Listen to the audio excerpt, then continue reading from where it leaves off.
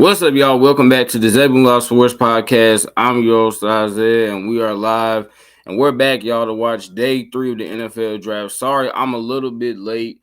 I mistakenly thought that the draft was coming on at noon, but it actually came on at 11. So the Titans have already made their pick. They selected Cheerme DK, wide receiver out of Florida.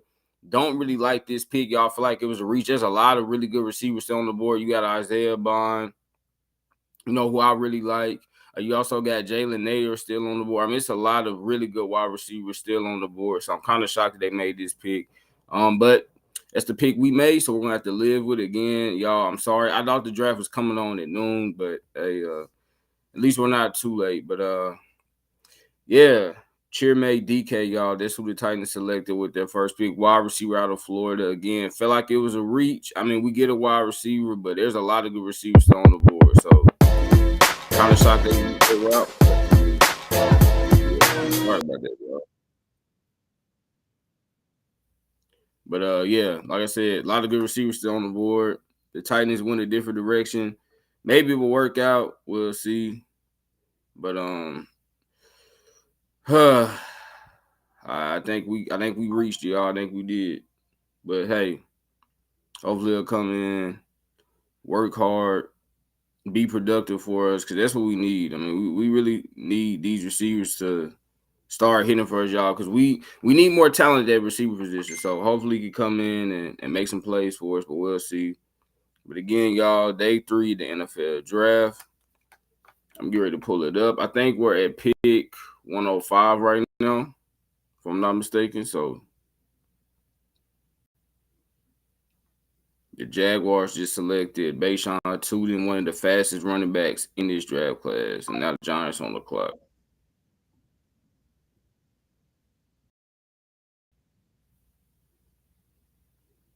All right, give me 1 second.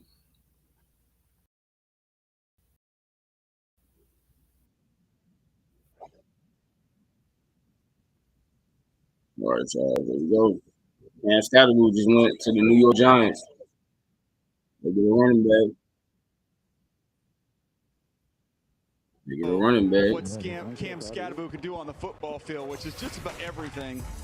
If you watch Let college me football at all last year, particularly the playoffs, you know this young man and know what he's about. It is about contact. He is thirsty for contact. Given the choice, he's going to seek to run through you and run you over as opposed to trying to make you miss. It is violent, physical running Hey, style. what's up? He's low to the ground.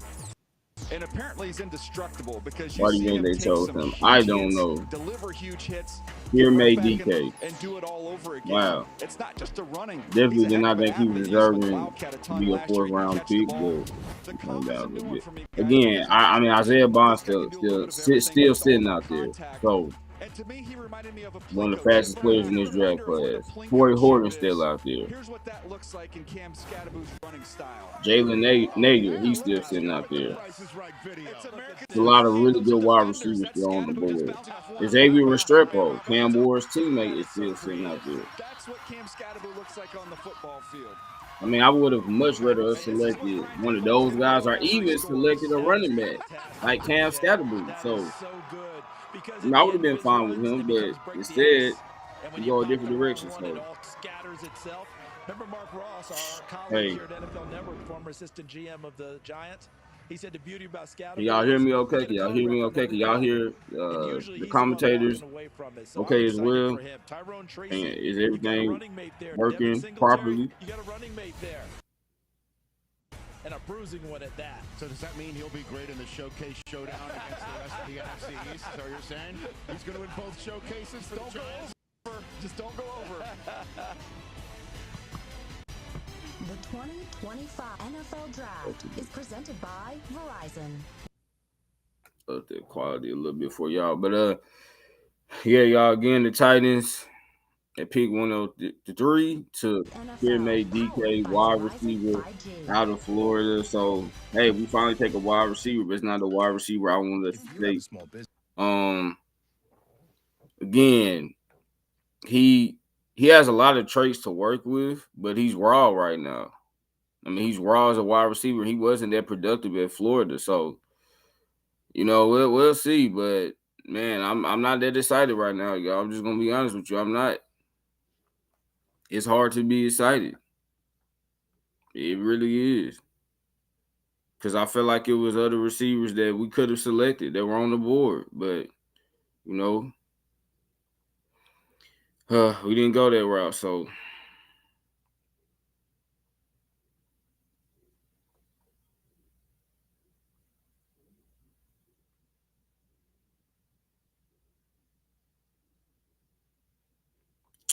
again, I mean, he has some athletic traits, about 6'2", 195 pounds. So he's, you know, he's pretty athletic, has good size, but y'all, he just wasn't that productive. At least he wasn't that productive for me, you know. So,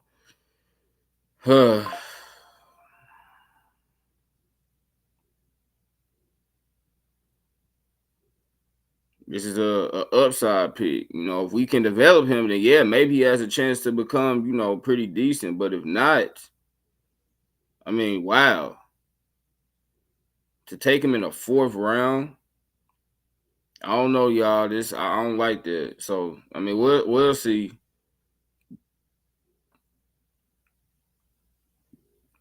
Really surprised the Titans went that direction. You know, because I thought they were going to want to get like speed and athleticism at the wide receiver spot and explosiveness. But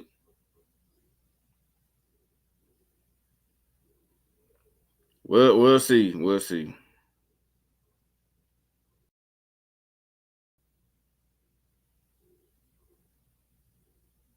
We'll see, y'all. I'm not the big fan of that pick, but as y'all can tell, I'm pretty disappointed. But we'll see. I mean, he might work out for us. He might work out. But I would not count on it. I'm just gonna be honest with you. I would not count on it, but it might work out. So we kind of need it to work out since we selected him in the 4th round, when really he probably should have been 3rd round pick, or excuse me, 3rd round pick. Probably should have been like a 6th or 7th round pick. So yeah.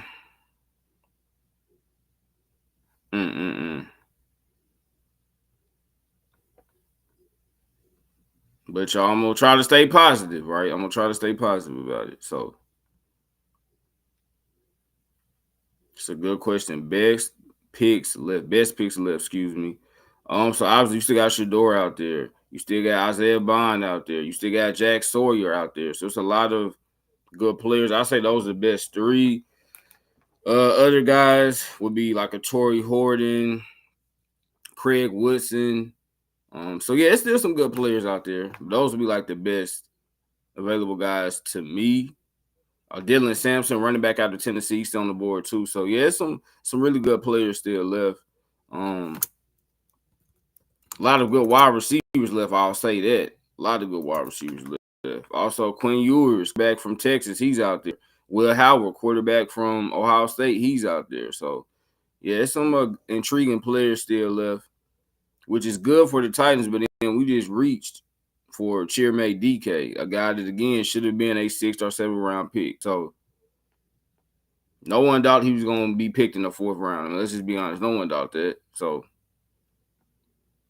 but, of course, to leave it to us, y'all, we'll do it. I mean, just like we did, 4 years ago, we should have selected Amon-Ra St. Brown in the 4th round, and instead we took Dez Fitzpatrick, and everyone's like, why in the world did the Titans take Dez Fitzpatrick? So, I'm just saying.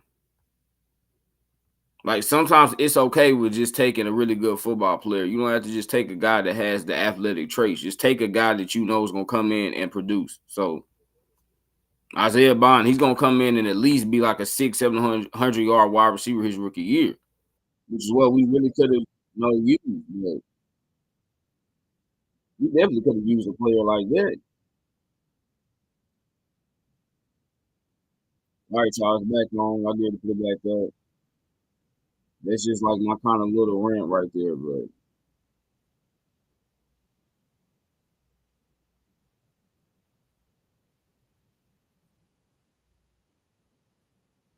all right, let me get ready to pull it back up. Man, how's everyone doing? Are you satisfied with the picks that your team has made so far? Hope you are. I am like I feel like we reached on a couple of picks as well, so it's kind of give and take. I love the Kevin Winston Jr. pick. I really like the Cam Ward pick, but Cheermate DK, man, taking them in the 4th round, I mean that's just a big risk right there, and the Titans better hope that it pays off for them, because if not, it's going to be yet another early round wide receiver, y'all, that we took that did not pan out for us. Because the 4th round is still, I still consider that early. I think 1st through the 4th round, that's the early rounds. The 5th through the 6th round, that's the late rounds for me. Because you can get really good football players in the 4th round. So I think if you spend a 4th round pick on a player, I consider that like kind of premium draft capital, right? So I know some people consider the 4th round the late rounds, but y'all, there's been so many Pro Bowl, all pro caliber players that have come out of the 4th round. So the fourth round is super important.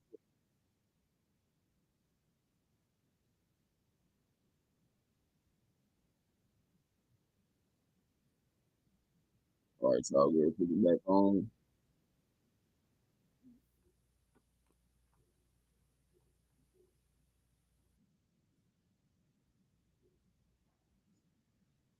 All right, the Raiders on the clock. Raiders on the clock. 8 in the 2025 NFL Draft, Las Vegas Raiders select Jonathan Thornton, wide receiver from Tennessee. Viva los Raiders! Oh, I know Dante you're going to Gordon. take and run with it. This is but all yours. This does Dang, not I was feel going like to be there for us. Al Davis weighed into the draft room. Height, Right? weight, speed. Height, weight, speed guy. Came from Oregon, went to Tennessee. And watch what you're going to see on tape. Yeah, that would be a A classic Strider Al Davis. who goes out and gets it. Classic He's Al averaging Davis. over 20 yards per catch. Talked with his head coach, Josh Heupel, who told me all he And I was done is really hoping he gotten was going to be better there like in the since he's 5th been in round for us, Tennessee. but I think another year at Tennessee, they were really looking for something big time if they could how have many had him there. picks do the Titans That's have what you're today? gonna So get, we is a count long coming into strider today, we who had can go 6 all the way picks. down We just the made our field, pick get of it, 103, so and we he's have got 5 the picks dimension remaining. to be a Raider. We got another 4th round You're pick. We talking about got someone who's 2 almost 6'5", 5th round picks, and we 205 have 2 pounds, 6th who round ran picks. So 4.3 we got, flat. a lot The of draft cornerback capital Geno on Smith, today, he which came is from nice. Seattle, where they had a big, fast receiver Because by the name of again, we DK need these Metcalf. picks to pan out for us. We really do, y'all. Not about where you get drafted. Some it's about what teams, you do maybe they to can get afford to there, have their 4th and says 5th and Max 6th and 7th round Crosby, a picks and not fourth be, rounder of his own right. that productive with And players for them. Or for us, we need all these picks to come in and be somewhat productive at least. I'm not saying all of them have to become superstar players, but we would like for at least, I would say, out of these 6 picks, at least 3 of them to become good players, and then the other 3 to be, decent players. Ypsilanti, Michigan, down the So, road in Washtenaw County from that's the why I hope, University of Eastern. 3-year Eastern picks, you want them to be Michigan, good. formerly the The other Hurons, 3, now you want them to at Eagles. least be But solid, remember, like that was decent one players Mike for you. Mayock So jumped on the table hopefully to that get will Max happen, but Crosby, we identified shall him see. early in that process, and boy, has that paid off All in a right, the big Bills. way. And go Vols. The Bills Bills on the just clock. forced They a just traded up. round selection later on today to Chicago to move up from 132. Oh, wow. to So the Bills 109. moved up What do you 23 think the Bills spots. It's have in somebody that mind they're here? really coveting. I don't know who it is, but it's somebody. Have done so far in this draft. Could it potentially be like a They've Jack had to Sawyer? It could be reel in him. a corner, They could, Harrison, a DT, and Sanders, and edge still rusher, and Landon Jackson. use I some would more imagine help at the you gotta edge start going rusher on the spot. offensive side of the ball at some point in time. Maybe Opposite it's AJ another running back. Epinesa, Yeah, because James Cook is at that stage where he wants more money. Greg Russo. Yeah, they So want this to could take be an a edge cut rusher. to This could be an Ray edge rusher. Davis I know they got took Landon last Jackson year. last night, Been but a you nice never can have compliment enough for edge them in the rushers. So backfield. edge That means rushers they are can't like go back there cornerbacks, man. again. You can use as many as you possibly can. So So the Bears, as you for mentioned, them to move up 23 spots, yeah, went this really back into could the be Jack defense Sawyer and right here, then y'all. front Let's end see. of the defense. They've made a couple of Could be Jack trades. Sawyer. They traded up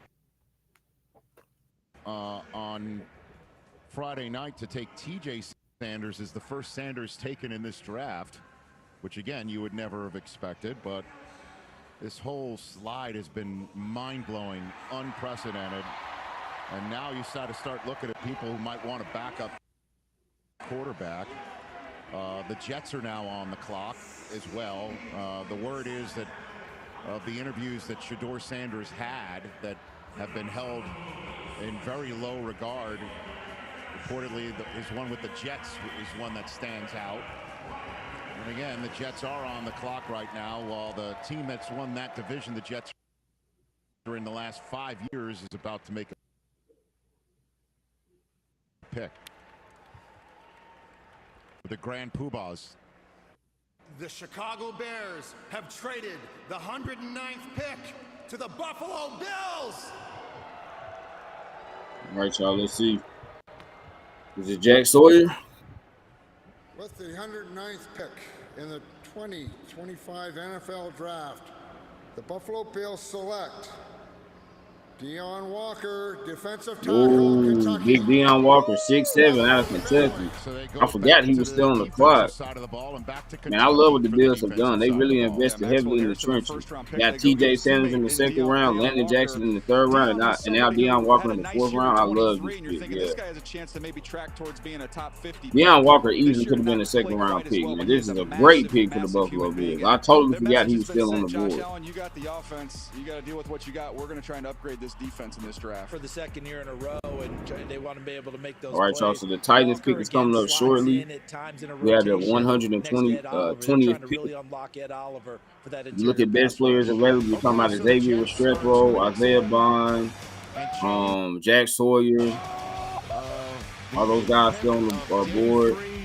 Those are the guys that really come to my mind for us at least. Could maybe go running back. If you go running back, it would probably be like a Dylan Sampson, maybe a Ollie Gordon. Might be early for him though. Also got DJ Giddens out there. Jared Ivey, edge rusher out of Ole Miss, so got some edge rushers too. Could potentially go corner. Quincy Riley, a guy that I really like. Quincy Riley, cornerback out of Louisville, a guy that not only do I like him, y'all, but the Titans seem to like him a lot too because they brought him in for a top 30 visit. So, yeah, I mean, you're looking at pick 120, again, wide receiver still. So, wide receiver, running back, corner, or edge rusher. For those that might have just came in, at pick 103, the Titans took Chirmay DK. I hope I pronounced his name. I'm pretty sure that's how you pronounce it, but Chirmay DK, wide receiver out of Florida. Don't like the pick, y'all. Just feel like it was better options available at the wide receiver spot. I mean, it's a lot of good receivers left. I said this earlier, but for the people that just might be tuning in, there's a lot of good receivers left. Xavier Restrepo, Isaiah Bond, Dante Thornton just got selected. Like, he would have been a better pick. So, still a lot of good receivers on the board. But the Titans, I think we reached for a wide receiver, but hopefully he'll come in and make an impact for us because we desperately need it. But yeah, y'all, I don't like this pick. Jalen Warriors is still on the board too, wide receiver out of Utah State. So it's a lot of good receivers left. I don't know why we reached for a wide receiver, but it is what it is. So, are there any players you're surprised are left? Yes. It will have to be Shedeur, really. Shedeur and Dylan Sampson, running back out of Tennessee. I think I just mentioned him a couple of seconds ago, but yeah, those would be the two players. Obviously, I thought Shedeur was going in the first round. I thought Dylan Sampson was going in the second round. So I really did. I thought the Cowboys, there was a chance that the Cowboys were going to select him, but both of those guys are still available. So yeah, I mean, I'm shocked, but it's how the draft sometimes, kind of works. There are players that you think should go higher, they end up going lower, and there are players that you felt like should have went lower that went higher. So it happens sometimes, and it's happened in this draft, So yeah, those would be the two guys that surprised me though that are still available. Again, y'all, still a lot of really good players out there, man. A lot of good players. So that's why I don't know why the Titans reached, but they did it. Hey, we'll see. We'll see the type of player he becomes for us. But, yeah, still a lot of good players on this board, man. And hopefully the Titans, we take advantage of it and get one of these guys at pick 120. I would say right now we're probably going to take Quincy Riley, cornerback out of Louisville, because I don't think they're going to take another receiver at pick 120. I mean, I would do it, especially the way the board looks right now. I probably would go receiver, but I don't think they're going to double dip at wide receiver. Definitely not this early. So, yeah, I would say we're going to take Quincy Riley, cornerback out of Louisville, if he's still on the board, at pick 120.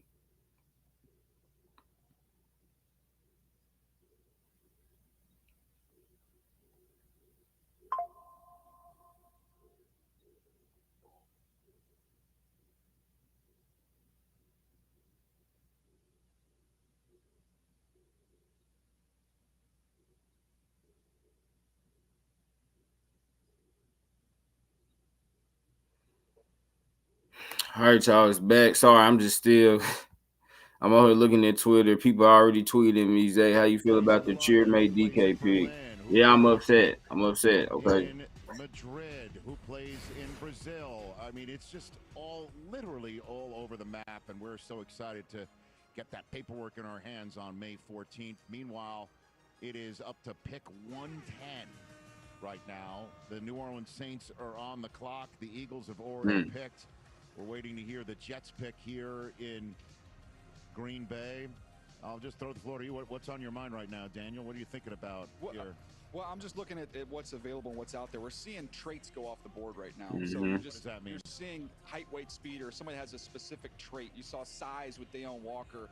We've seen Thornton, who's got the big speed. Yep. So there's no perfect players at this point in time in the draft. So you're going to lean towards who's the better productive football player on the grass, or who's someone who has just some rare trait that we're hoping we can develop.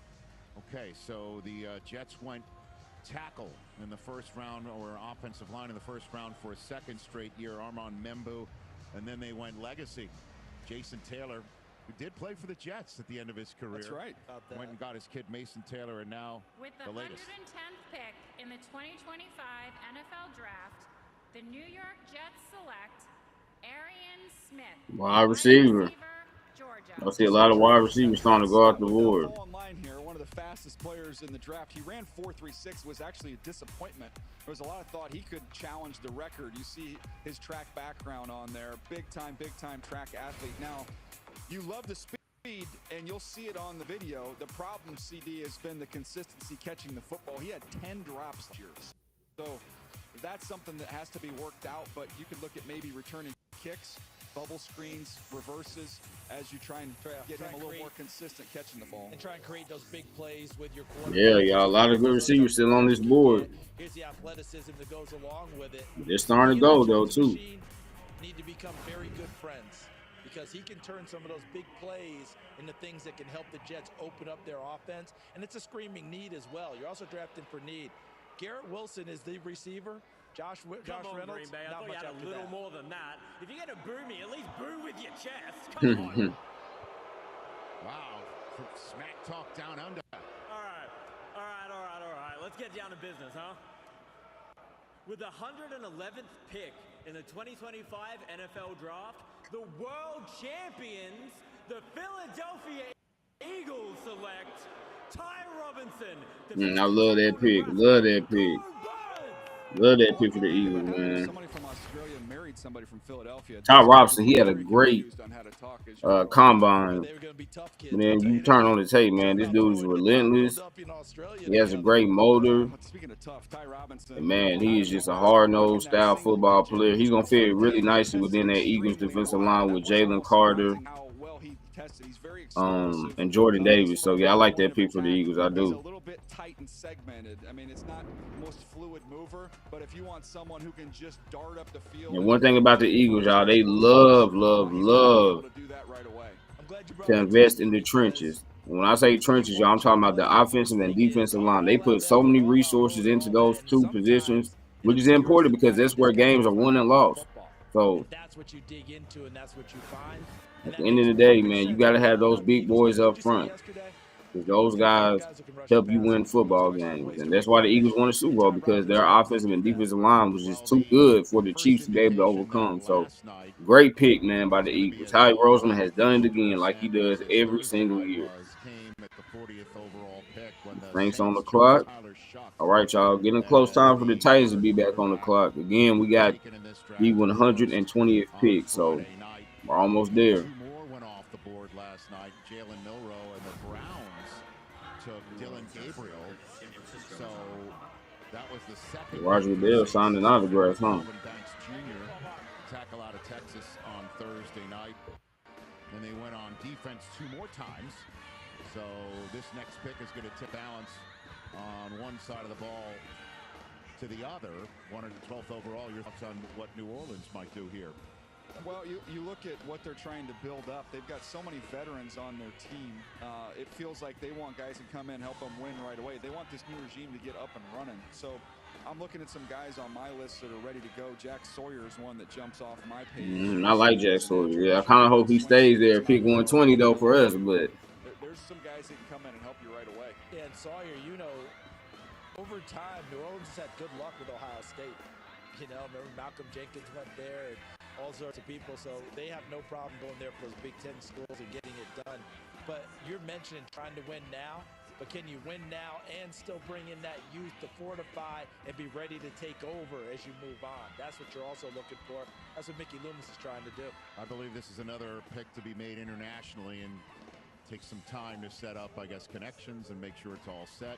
Meanwhile, the San Francisco 49ers are on the clock. Then the Panthers turn in a pick that they acquired from Dallas for the Jonathan Mingo trade. If you remember, the Cowboys went and grabbed that young man out of Carolina in the middle of last year as things began to spiral in Dallas. The Cardinals, Dolphins, Colts, Falcons, Bengals after all of that. We are now in pick 112 and your 20th overall pick on your draft board is still out there. Did Domingo take your draft pick? I like it. Or ate your baby. And having a good time, aren't they? Okay. And there's Cheryl Lynn, to be real. Jeremiah's still best available as top 200 players as we're here on a beautiful day in Green Bay, Wisconsin. It's the blue sky, dotted clouds, crisp 50-degree day. Here's the Saints.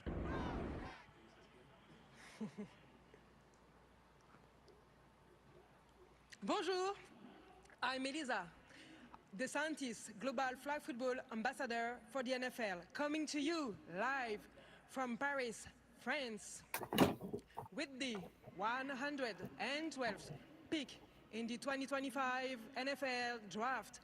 The New Orleans Saints select Danny Stutzman, linebacker, Oklahoma. Great pick, great Saints. Off the ball linebacker in this draft. It was a little bit of a drop after Schlesinger, but he was Great pick. They needed to get a young, linebacker that can take over for Demario Davis when he retires. Demario Davis is still a great football player, but he's 36, y'all, so he's probably gonna be retiring, in the next couple of years. Danny Stutzman, he can come in day one and be a productive player for them. So this is great for the Saints. A team that really needs, young players that can come in and be impactful day one. Because you look at the Saints, they have a lot of older players on their team that are still playing at a high level, but they got to get younger. They have to get younger. And I love all the picks that they made. Minus the Tyler Chubb picks. I feel like that was a little bit of a reach, but I love the rest of the picks that they have made in this draft. Just minus 20 pounds. All the things you talked about, DJ. Brad Lord coached him in high school and coached him well. Oklahoma was finishing school for him. You talked about his ability to shoot gaps and go get people. Look at Chanel doing the exact same thing. I like that comparison. Danny Stutzman to Leo Chanel. Good comparison. Almost everything overlays perfectly, except for the 20 pounds bigger that Chanel is. I think Stutzman's going to be a nice player. Remember, Demario Davis is there. Pete Warner is there. They can get younger and still get better and also be ready for that day Demario Davis no longer plays for New Orleans. San Francisco is now about to announce a pick. Every single one of their 4 choices, and they were tied for the most picks coming into this draft with 11. First 4 all on the defensive side of the ball. Which I thought you're getting ready to pay Brock Purdy, so you're going to have some young, cheap pieces around him on the offensive side of the ball. I thought the offensive line might be an area but they've decided we've got needs, a lot of departures in free agency. Let's plug some of these holes on defense. All right, so here's the latest San Francisco 49er selection. Hola amigos, this is Sergio Treviño from Monterrey at the Rayados Stadium. I'm with Patrick Willis, Hall of Famer, Alfredo Gutierrez, Marcela Restrepo from Rayadas, and the warning to announce the Niners pick. And with the 113th pick in the 2025 NFL Draft, the San Francisco 49ers select C.J. West, defensive tackle. Man, the 49ers are really invested heavily into their defensive line in this draft, which is what they needed to do after they lost, Javon Hargrave and Leonard Floyd in the offseason. He's come in and back as a defensive coordinator, and he's got just about everything he wants here. This is a strong nose tech / one technique inside. You can't move him. More of a phone booth player. I thought the twitch was in his upper body more so than. Hey, y'all, I'll probably be back on here later today and do a Tennessee Titans draft recap stream. give my thoughts on all of our picks and my grade for each pick, and then at the end I do an overall grade for the draft. So that's what I'm looking at. What I'm looking to do later on today. Tennessee Titans draft recap stream, and yeah, I will let y'all know what time I will be going live. What you might not know is performance and Because originally I was going to come on here like early today, early this morning, I should say, and give my thoughts about our first 3 picks. But I was like, instead of doing that, I might as well just do it all at the same time. So again, later today, y'all will come on here and do a Tennessee Titans draft recap stream. And yeah, y'all come through and we're going to have a good time, discuss these players, give each grade for every player. And then again, at the end, I'm going to give my overall grade for our draft. So yeah, we still have 5 more picks left. Let's see what we do with these picks. That's a lot of picks, y'all. I'm not going to lie, it's a lot of picks. So hopefully we can get some good players because, again, there's still some really good players on the board. Isaiah Bond is still on the board. Dylan Sampson is still on the board. Jack Sawyer is still on the board. Jared Ivey is still on the board.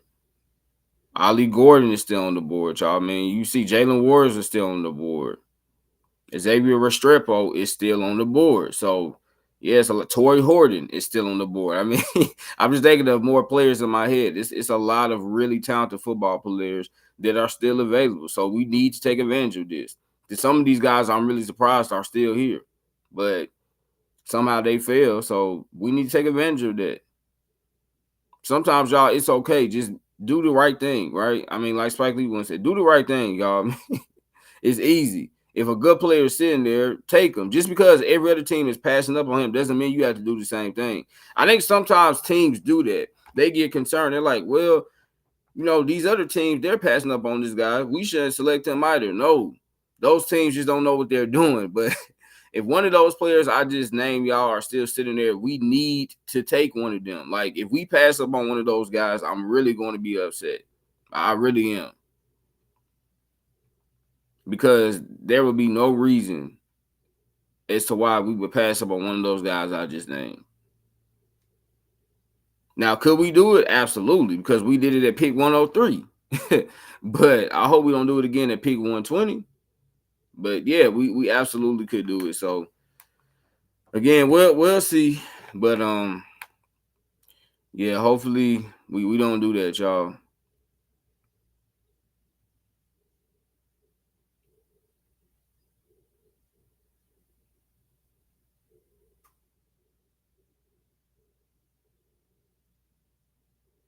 Hopefully we do not do that.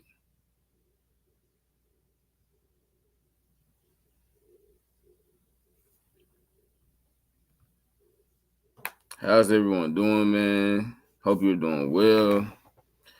Watching day 3 of the NFL draft. If you're new, please hit that sub and like button. And yeah, we're just chilling. We're sitting here analyzing these picks. And for all my Titans fans out there, our pick is coming up shortly at pick 120. So we're going to see what we do with that pick. For the Titans fans that might just be coming into the stream, at pick 103, we took Cheermate DK, wide receiver out of Florida. Again, I don't like the pick, but he does have some good traits, man. I mean, he's fast, he's tall, he's decently athletic, but I think he's raw right now. He had a lot of drops last year for Florida, which I don't like that. So he's not a natural hands catcher, but, you know, hey, it is what it is. It is what it is. Hopefully he will prove me wrong.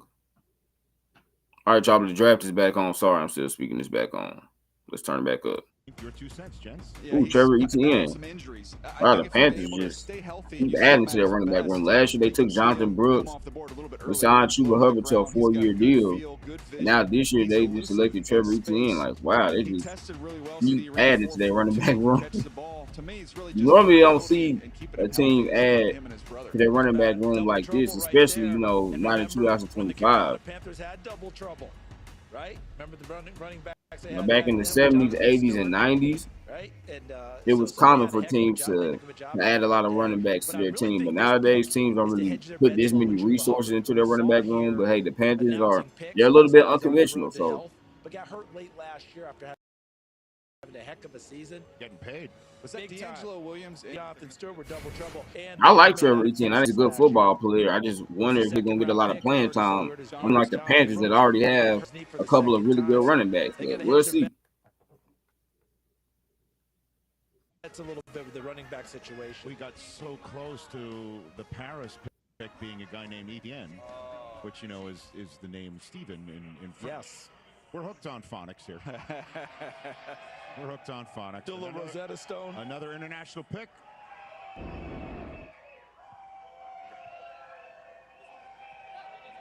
Hello, everybody. I'm Matt Wilson, senior linebacker for the Arizona Cardinals, and we live here from Sonora, Mexico at Fernando Valenzuela Stadium, home of the Northern Heroes de Hermosillo. Hello, I'm Juan Castro, manager de los Naranjeros de Hermosillo, and we are honored to announce the newest member of the Arizona Cardinals. With the 115th pick in the 2025 NFL Draft, the Arizona Cardinals select Cody Simon, linebacker, Ohio State. Let's go, Cardinals.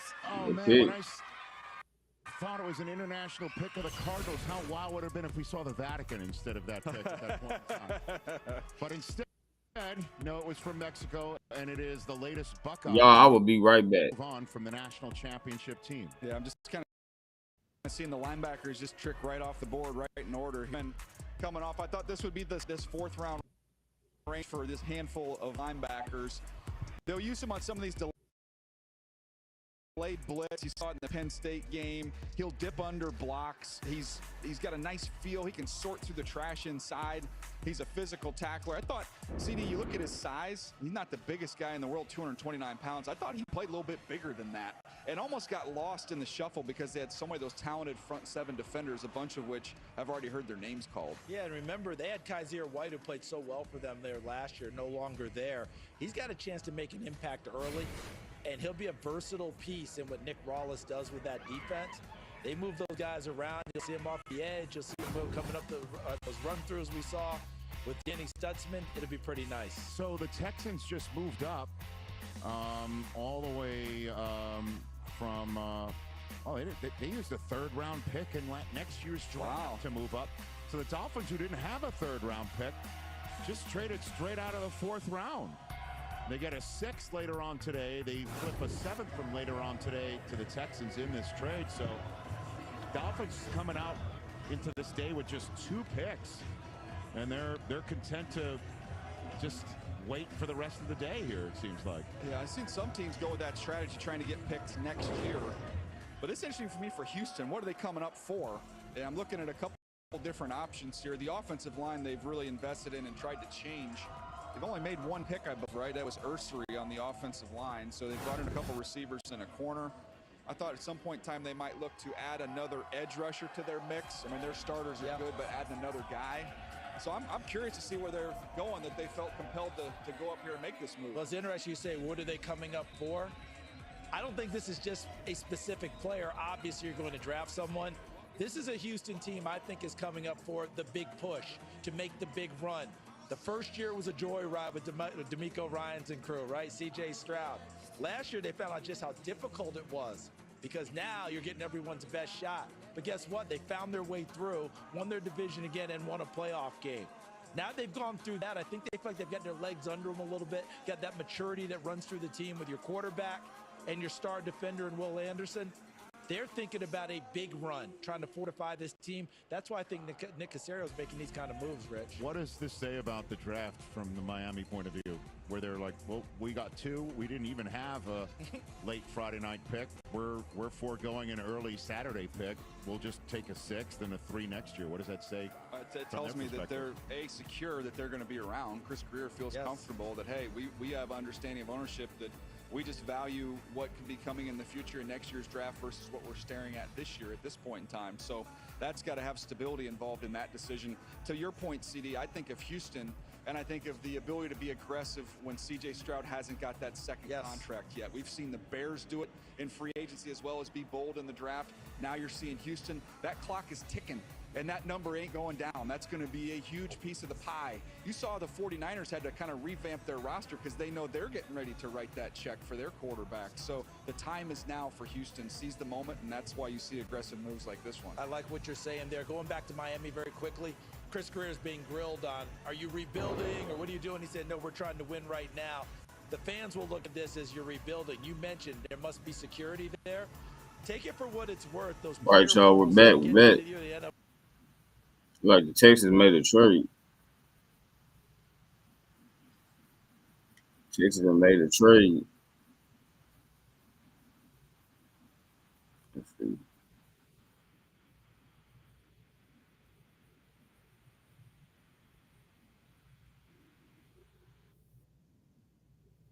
All right, let's see.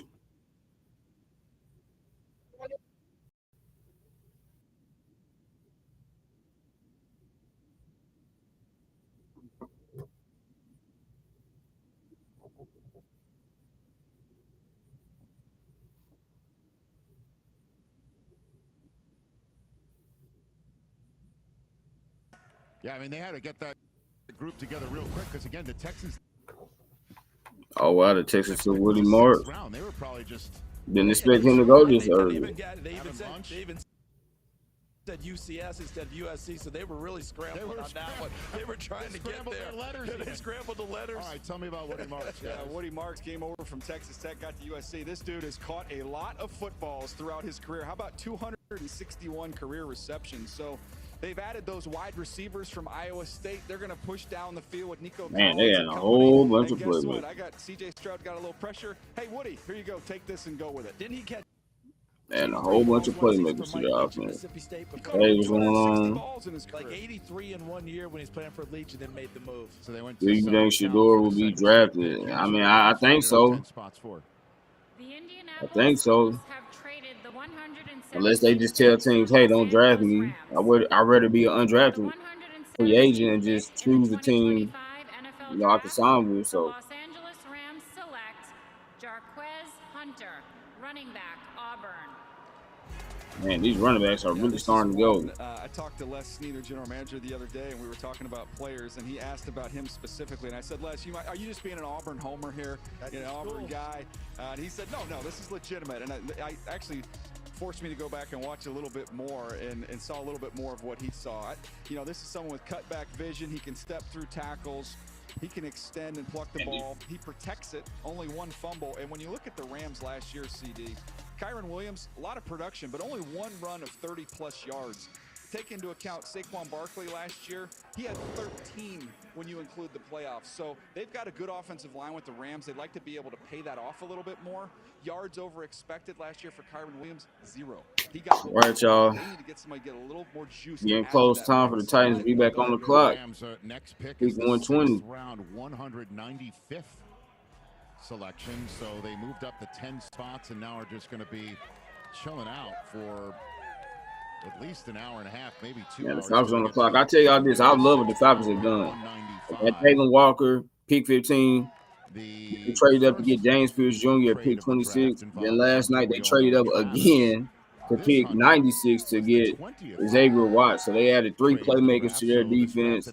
And I love what they did on the defensive line, man. Adding James Pierce Jr. got is super explosive, very athletic, can bend around that corner. And then getting Xavier Watts, a guy that had 13 interceptions the last 2 years at Notre Dame. So I love what the Falcons have done in this draft. I do. We all knew they really needed to address their defense, and that's exactly what they've done. Now, they've been very aggressive. Like, they've given up future draft picks for next year, but they've added 3 really high-level players. So I like what they've done. And I am proud to announce they might go another cornerback right here, or I should say they might go cornerback right here. They might go wide receiver. Billy Bowman, defensive back, Oklahoma. I tell you, they go another DB. They get Billy Bowman.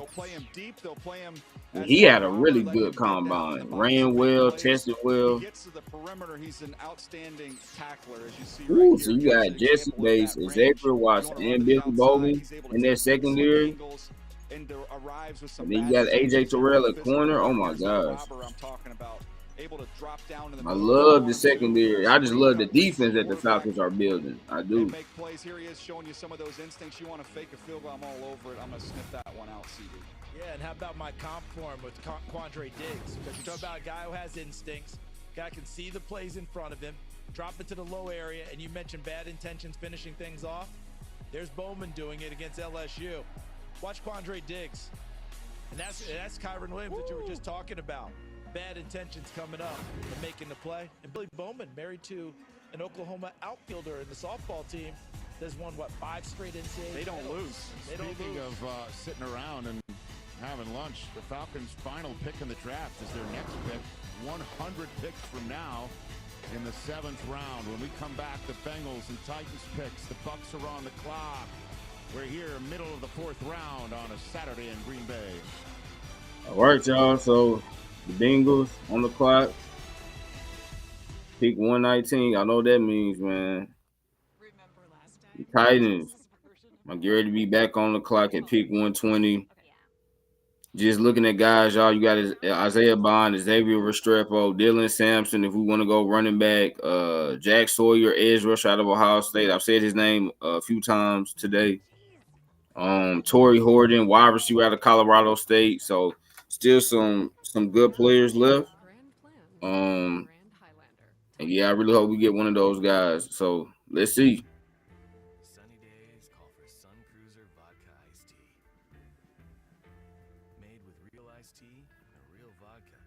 Refreshing and goes down smooth. Let the good times cruise with Sun Cruiser. The Home Depot has fast, free delivery, so you can refresh your outdoor space in no time. We bring what you need, and you bring it to Let's see, y'all. What are the Titans going to do?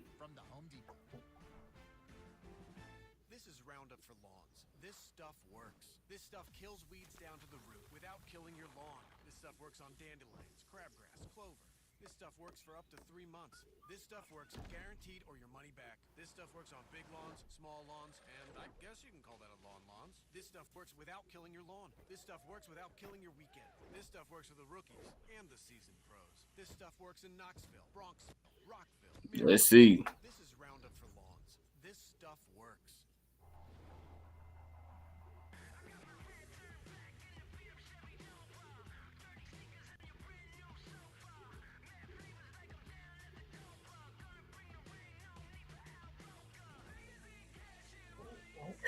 Let's see, y'all. Man, here we go. The pick is in. What are the Titans going to do?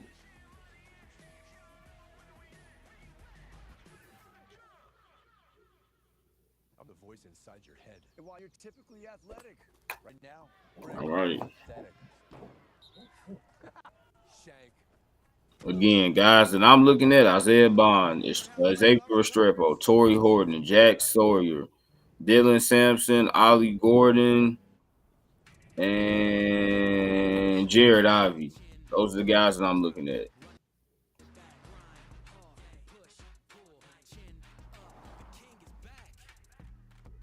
Oh, and Quincy Riley. I forgot about him. Quincy Riley. I think I said him earlier. Cornerback out of Louisville.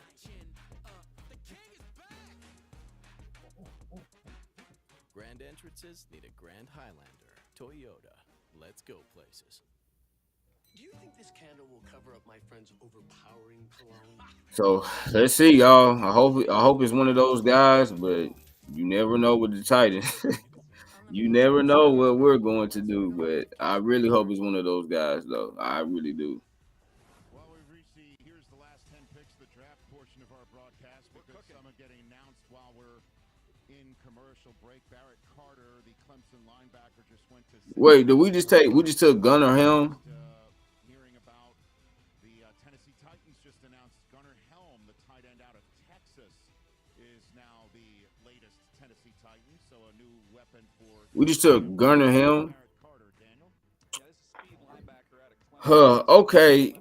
He's actually a solid player, but we already have 2 young tight ends, though.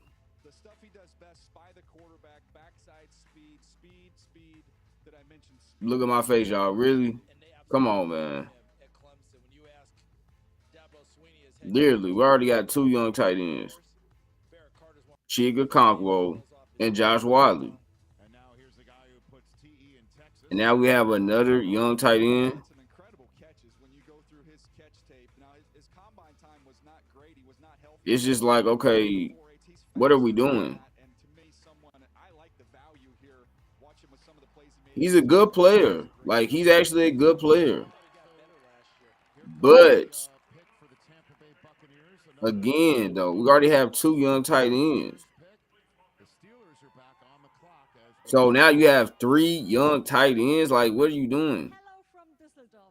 Which one are we trying to develop? Because we really won't be able to develop all 3 of them. So are we just trying to develop 1, 2? Like, what are we doing? I would have rather us take another wide receiver or a cornerback there. Again, y'all, good player. Good player. But just the fit for me is very, very iffy because we already have 2 young tight ends on our roster. And I'm not saying Chig and Josh Whyle are great players. They're not even good players, but they're still young players that we're trying to develop. But now you add another young tight end, you won't be able to develop everyone. So maybe we're going to trade Chig or Josh Whyle. But one of those guys have to get traded. Like, I don't think there's any way all 3 of them are going to be on this roster come September. I don't see it. I don't see it. But what are the Titans doing? I don't know, because this is actually a good, like, he's a good player. I don't think he's the best fit for us. Not with the way our roster looks right now. Now, maybe it will change, and we trade either Chig Okonkwo or Josh Whyle. But as of right now, the fit, though, is not the best. But who did the Titans pick? We picked Gunnar Helm. He's a tight end out of the University of Texas. Good player, but just like maybe not the best fit for us right now. But hey, if we trade Chig or Josh Whyle, I like it better. So, but again, y'all, as of right now, it's not even that he's a bad player because he's a good player, but it's just the fit is not the best. But hey, we'll see.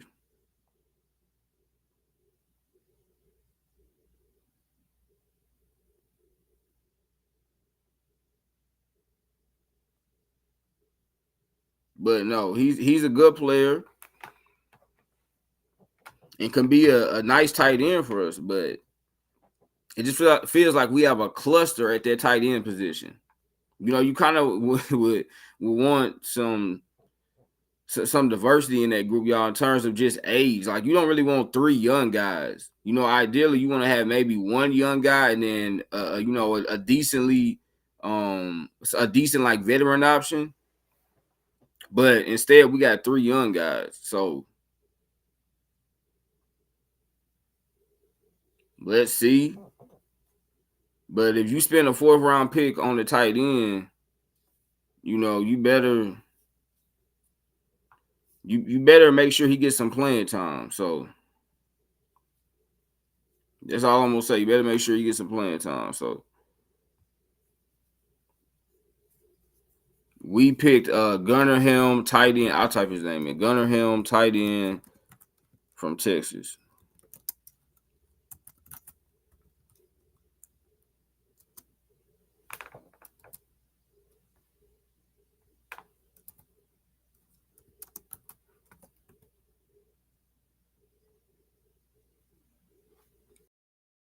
All right, there it goes. But the team right now is kind of iffy. But again, if we make a trade, then I like this pick more.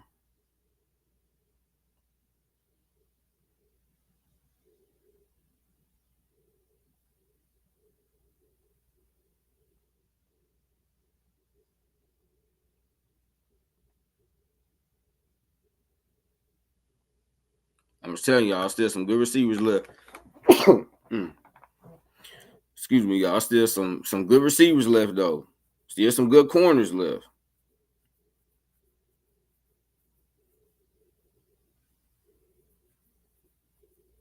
But yes, Gunnar Helm, he is a good player.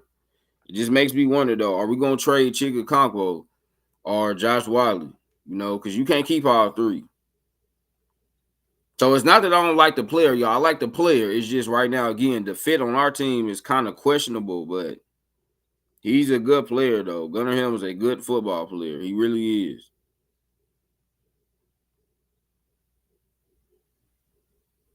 He is a good football player, and I like the pick. I really do. I like the pick. Just don't like the fit right now. The only thing, like the pick, just don't, the fit is, again, just, we'll see. But earlier, you see his ability to fill. He is a quick trigger. He sees it. He's aggressive.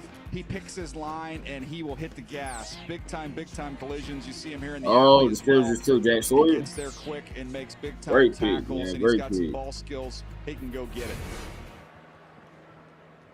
With the 123rd pick in the 2025 NFL Draft, the Pittsburgh Steelers Great select pick, man. Jack Sawyer, linebacker, Ohio State.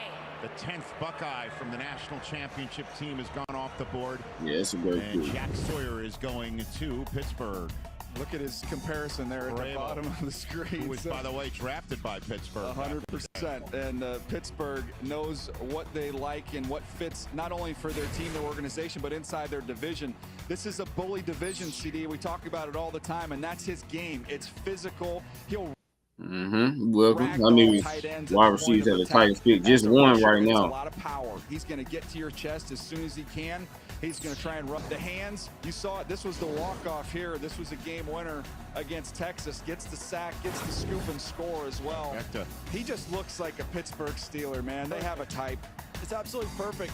The outside linebackers are the engine that drives their defense, and they are always fortifying it. Alex Highsmith on one side, TJ Watt on the other. Nick Herbig has come in and played well for them. They were looking for more people. Jack Sawyer fits perfectly for what they're going to do. You mentioned bully. He's just going to beat you up off the edge. Now, Jack Sawyer is obviously a terrific player who plays big in big games, and he has been the leader of this program for quite some time. If you remember when Michigan planted the flag, Sawyer was the one who took major offense to it and was standing in the way of all of that. But, I mean, does that mean Shedeur Sanders was never on the top 120 players on their draft board in Pittsburgh after all? It means that Aaron Rodgers is what I'm looking at and wondering if he's on the way, and every pick's going to be about this window that they might have with Aaron Rodgers. But they could have added both, and that wouldn't have been an issue. Right. So it just tells me Aaron Rodgers was the guy that they were targeting, and as you were noting,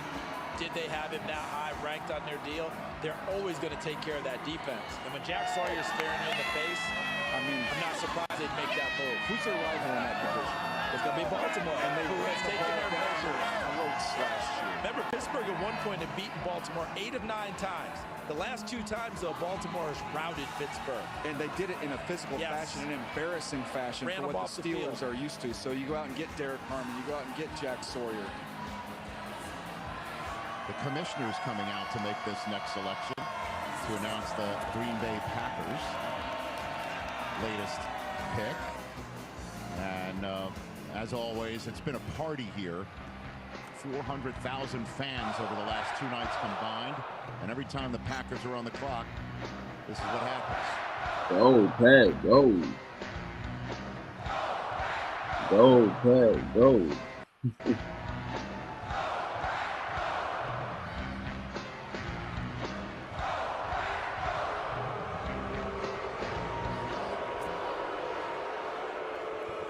Okay, everyone. Now, this is a special pick, not just because it's the Packers. This young man is here today, so we want to introduce him. So give him a good round of applause. With the 124th pick in the 2025 NFL Draft, the Green Bay Who's he on Packers mute? select Barron Sorrell, defensive end, Texas. And here's why the commissioner came out to announce it, because Oh, wow. Barron Sorrell actually has he been in the came. green room Wow. this entire time. And here he is. Crazy. Wow. Good for him sticking around. Pretty cool. Now, I don't think he had It's any respect, though. expectation of It's night respect. one, but I think there was the thought that yesterday was going to be possibly be his day. But I love the fact that he stuck it out. Here he is getting his moment. Reminds me of when Geno Smith stuck Yeah, it he out. did stick it out. Yeah. Came back the next He day. waited a and got long his moment. time. Kevin King did that years ago. This is pretty cool for this young man. Geno was just the second round. It wasn't a very long wasn't wait very for long, him. But everyone thought he was a locked first rounder. and came back the second day with not the suit, but the sweater and tie combo that they had to go pick up for him. And here's a rarity. Oh. 2 times the local draft home team gets to celebrate a draft choice in person. And that's a bear hug of somebody that's been waiting a long time to give it.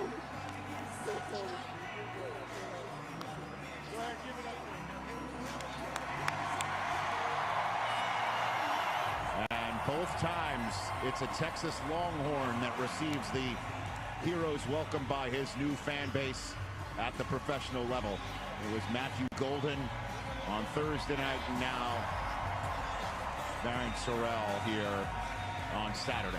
And he's going to go meet them one by one, I guess, huh? That's pretty cool, isn't it? For you. Remember when Brian Yeah, that Branch is did cool. this also? When Detroit took him, came back in the 3rd round. Remember, he came back and almost in the Detroit letter jacket and got his applause. So that was pretty cool. Those guys hanging in there and getting their moment.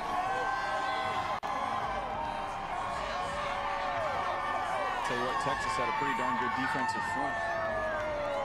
Seeing those guys roll off the board. Steve Sarkisian. And they lost 2 last year in the first 2 rounds. Exactly. Those 2 DTs. Steve Sarkisian's done a great job recruiting and developing these young guys. And Sorrell, as you can see right there, man, he's going to be one of the first guys off the bus. I mean, he's just a real thick, square, strongly built guy who stuns blockers. He's outstanding with that just jolt that he possesses. As a pass rusher, I thought he was at his best when he was on games where you'll see him loop and stun around and is able to get some penetration that way. But there's games where he jumps off the tape. There's other games where he can disappear at times. But this is someone who's got it all in his body, CD. I mean, you can see it. He's really well built and he can run. Really enjoyed him at the Senior Bowl because you remember they always had that one-on-one challenge at the end of practice. He seemed to end up in it much more often than other people and never turned down an opportunity. So I guess Sorrell doesn't have far to walk to shake the hands of the people who drafted him. They're really across the parking lot here. As the Green Bay Packers have put on quite the show for the draft, and wonderful moment for this young man. Finally getting out of the green room, finally hugging the commissioner, and now meeting and greeting his new fans one by one under a beautiful here in Green Bay, Wisconsin. Now the skies are figuratively blue for this young man.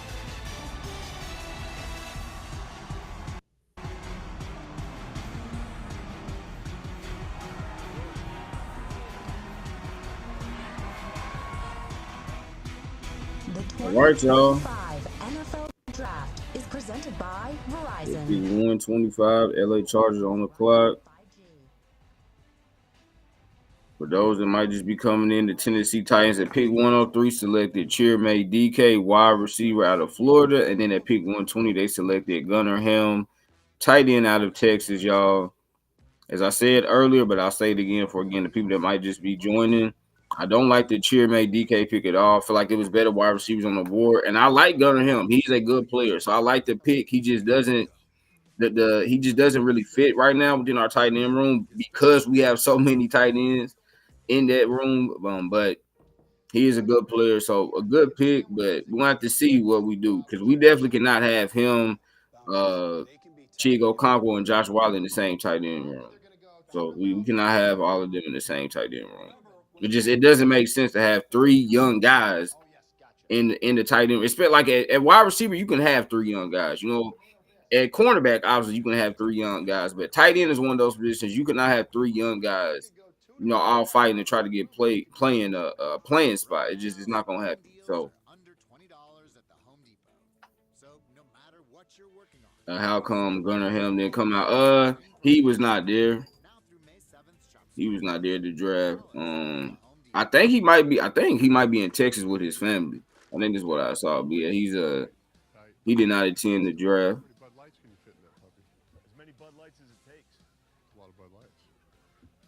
All right, y'all. So Shedeur is still out there. He's still sitting out there. The Pittsburgh Steelers have passed up on him again. So yeah. The Titans pick again, y'all, 141. So 16 picks. 16 more picks, and we'll be back on the clock.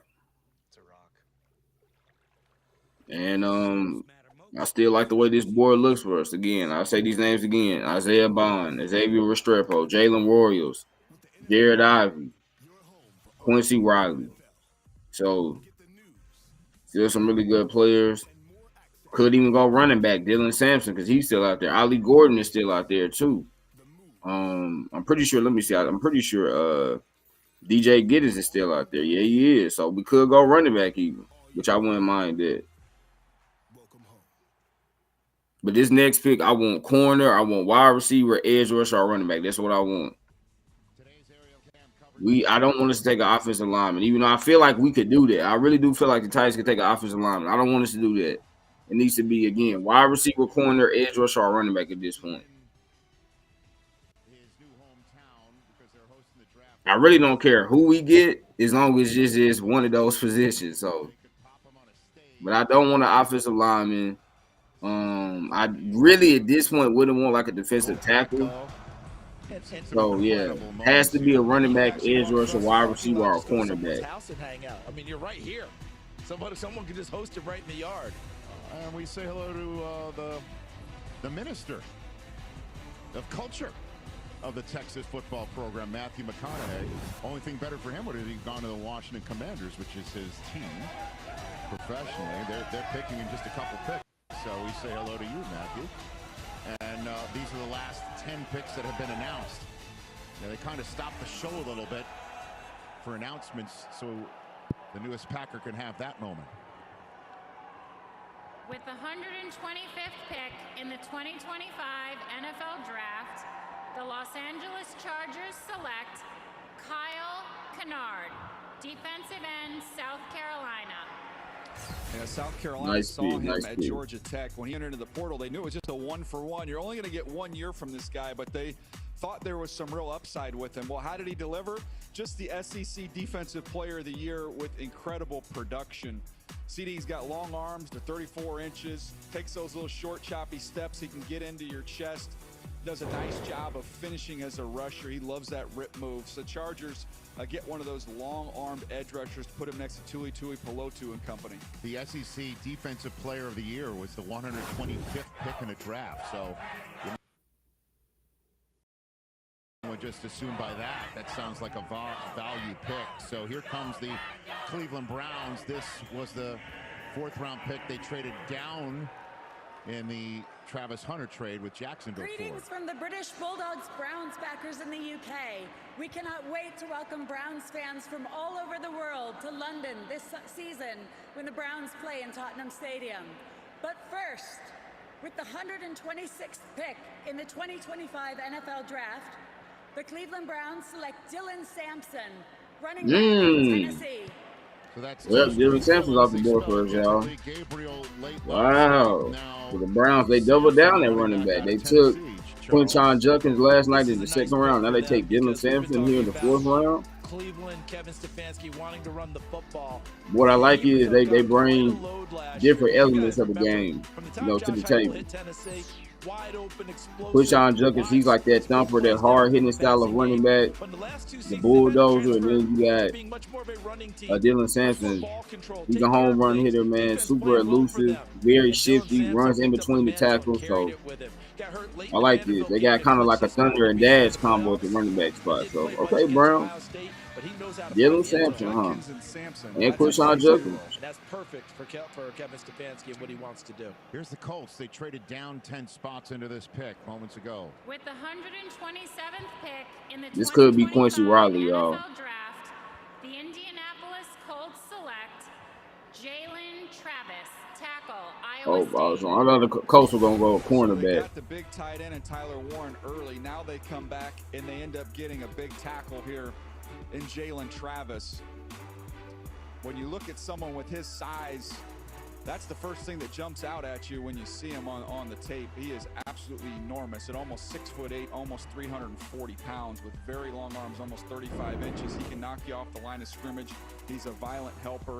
I thought the feet were a little inconsistent. I don't think he's a great space player, but he is big and he is physical. Well, I got to tell you, start in the Ivy League too. Ivy League, Princeton before Iowa State. Just jumping in real quick. The Rams traded up with the Colts to take the second Hunter of the draft, and the Colts traded down to take the second Travis of the draft.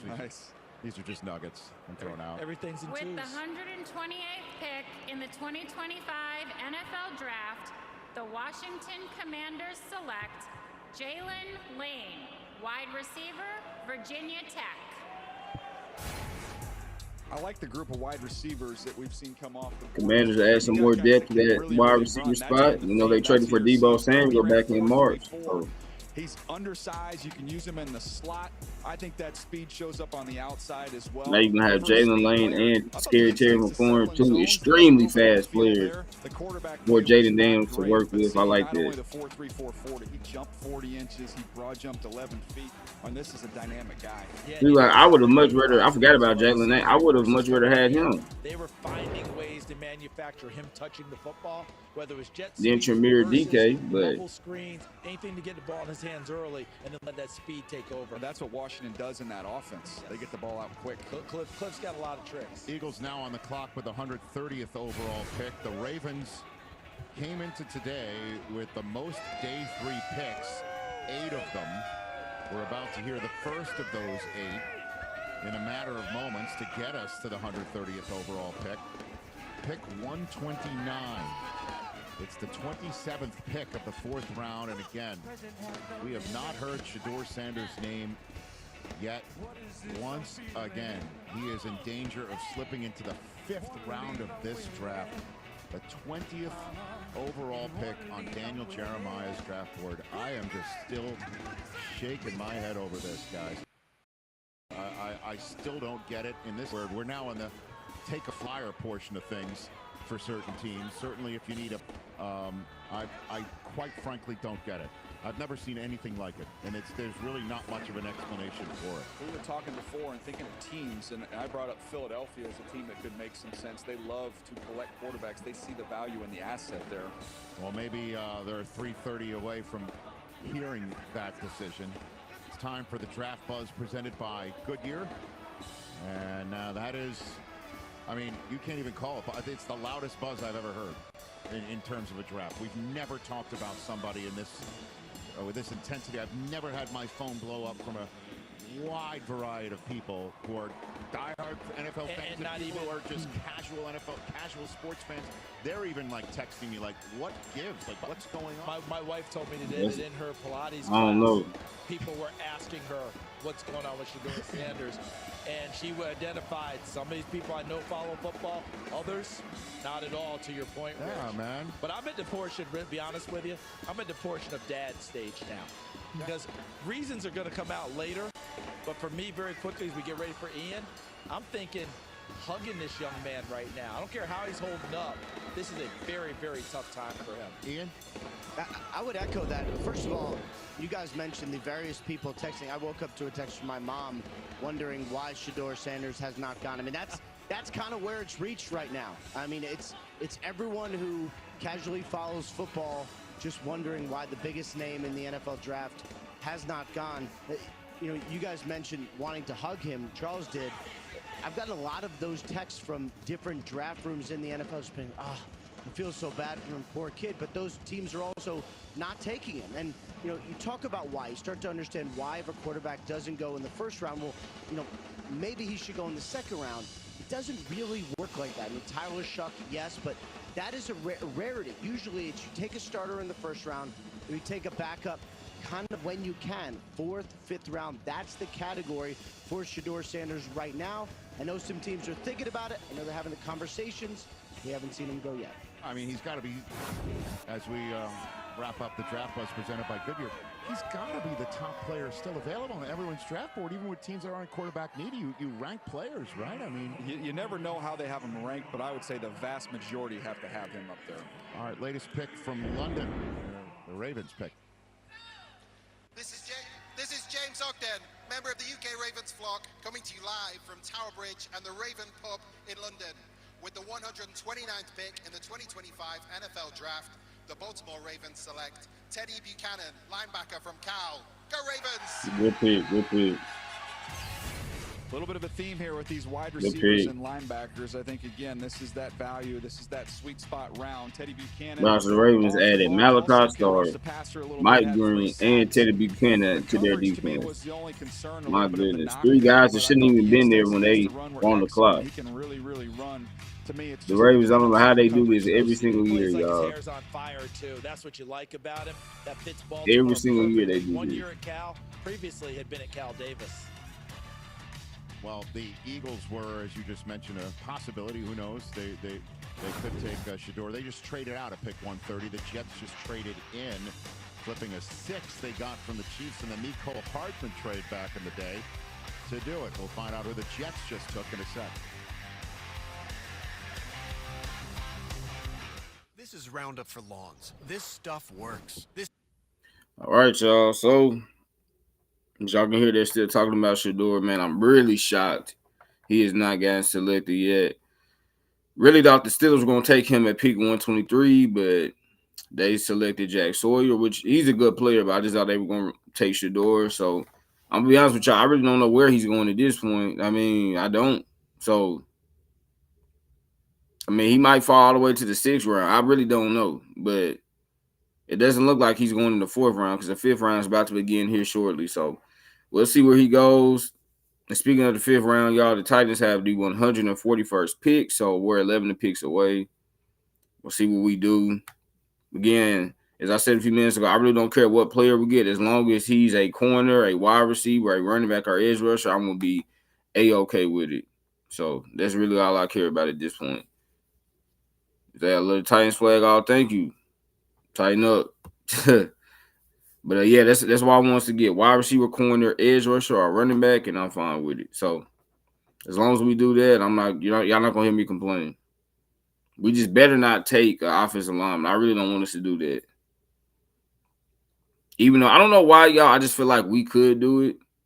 I don't know. I just feel like the Titans could take an offensive tackle. I really do. But not saying we don't need more depth at that position, but our offensive line, it's pretty solid right now. Let's strengthen another position group, which would be wide receiver, edge rusher, corner, running back. Like, let's make that group stronger because our offensive line is pretty solid right now. So I hope we do that, but we'll see. We'll see. The Titans have already surprised me so far, so they might surprise me a third time. So we'll see what they do.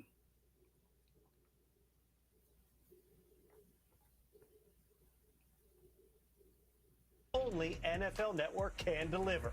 Catch it all Monday at 7 Eastern on The Insiders. Some people just know they could save hundreds on car insurance by checking Allstate first. Like to check your outfit first before meeting your girlfriend's family. So check Allstate first for a quote that could save you hundreds.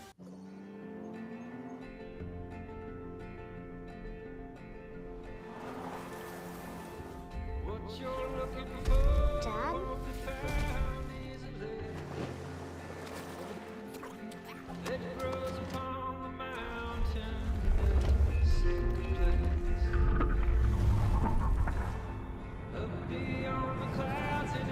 The 2025 4Runner. Toyota. Let's go places.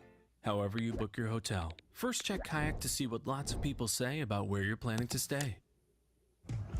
New salted caramel macadamia bar. That's Dawes.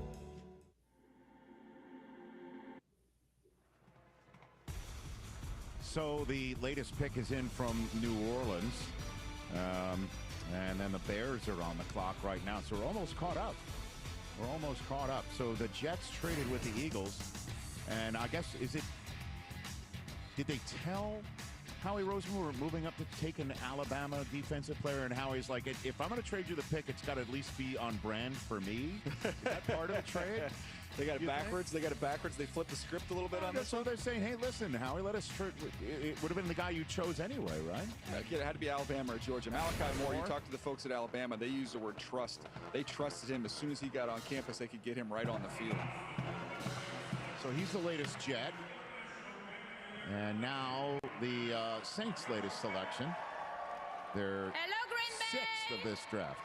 I would like to thank the NFL and the Saints for being here today. With the 131st pick in the 2025 NFL Draft, the New Orleans Saints select Quincy Riley, defensive back, Louisville. Oh, Quincy Riley's off the board. He's off the board, y'all. Love that. Man, I really wanted Quincy Riley. Riley is talented. He is my type of football player. Tough, instinctive, physical. Senior Bowl, the practices there, you saw that competitive. Man, he would have been a great addition to our secondary. Here he is in off coverage. He's got a little twitch to him. He ended up running in the high 4.4s. Some teams you talk to worried about his long speed. I didn't really have those concerns, and I thought the short area quickness was excellent. You see the toughness here as well, CD. He's not afraid to tackle. I love corners that are physical and love to get involved in the run game. He'll do that, and also had a little bit of production on the pass as well. So I just thought a kind of a twitched up, sudden player who played with a lot of urgency and intensity. Can you remind you a little bit of Jarvis Brownlee, who came out of there? Yeah, I think stronger, a little bit stronger guy. That same type of feistiness, get after you type of a player. 2 Cardinals just went to the Saints, I'm mandated to say. On the day of the Pope's funeral. Indeed. So the Bears are now. Yeah, the man said Bears. We're hearing some boos behind your Quincy Riley analysis. I like how you say May when you mentioned the Bears. You're here in Green Bay. Maybe some boos. Yeah, definitely. Des White coming out there yesterday, barking after Seth Rollins cut a promo. Seth Rollins, he just set it up for him, didn't he? Yeah. Took the belt and left. Hey, Clay Matthews set the tone. Like, got out of the gate fast. Before the Titans got even put on the clock to start this thing. Did you see the commish when he jumped it in? The commish like, commish is like, we didn't even put him on the clock yet. Clay Matthews set the tone. He's a tone setter when he played here in Green Bay. Get after people. All right, so the Chicago Bears, take a look at their draft. It started with Colston Loveland being the first tight end off the board, and a lot have been taken since then. They went Luther Burden from Missouri, and then Ozzie Trapillo out of Boston College for their offensive line, which they really addressed in free agency. Shamar Turner for the defensive line late last night. Actually, not so late last night. They didn't have a 3rd-round selection. This is their first pick since the 62nd pick overall. And they traded down earlier to get a 5th in their pocket when the Bills moved up Deon Walker, the defensive tackle out of Kentucky. So just kind of in the stage here for your thoughts, Daniel. You look at their early work that they did, start in the offseason, go out and get those interior offensive linemen, and they come with weapons in the draft for Caleb Williams. This is going to be a fun team to watch with Ben Johnson next year. Yeah, normally a team with their record last year, you wouldn't expect much, but they could be one of those teams that gets out of the gate very quickly under Ben Johnson. With the 132nd pick in the 2025 NFL Draft, the Chicago Bears select Ruben Hippolyte II, linebacker, Maryland. They went ahead. Hippolyte goes a very impolite welcome Nicely in the National Football League. What do you think here? Go ahead, CD. Yeah, this is a guy that popped up late in the whole. I thought he would sequence. be a 7th-round pick, like a flyer. Absolutely, but speaking of flyer, he tested really, really well. One of those players that you're talking about traits, he can fly. And late in the process, I was talking with someone that I know pretty well, and they're like, he's on your board because he's tested really well. Obviously didn't get a combine. He ran 4.42. But guess what? He was one of those 5-star recruits that Maryland gathered, and maybe he didn't play totally to that during his career. But if you like traits, if you think you can do things with him, put him on the field and go, that's how he ended up going here at this stage. They've got a plan for him in Chicago about what they're going to do. I almost think today that the draft somewhat has been done off of an Excel sheet, and they're just sorting by speed and then just picking all the players at the top of that list. I'm wondering, is there I'll ask the entire That's funny. They are doing that. There's a lot of guys that probably have been selected higher than they should have, but because they're really fast and athletic, they've gone higher. So I mean, that's what we did when we took Colston Loveland the first, Samir DK. So Shamar Turner the first. Like, is there a 4th? Because that kid's getting drafted right. He's a really tall, fast, and athletic guy.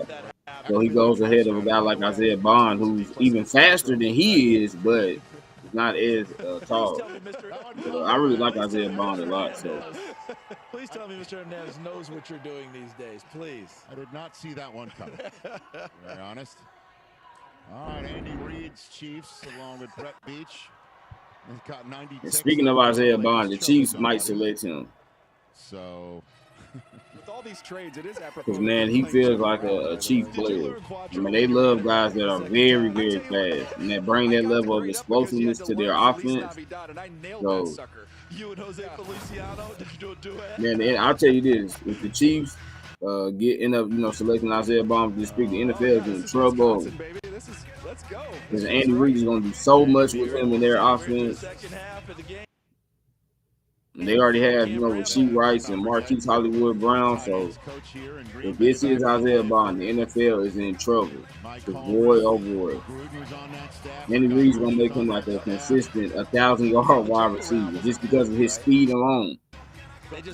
Isaiah Bond, he isn't a great route runner, but his speed can absolutely, kill a defense, and he does it consistently on tape. So it used to be just pop it in.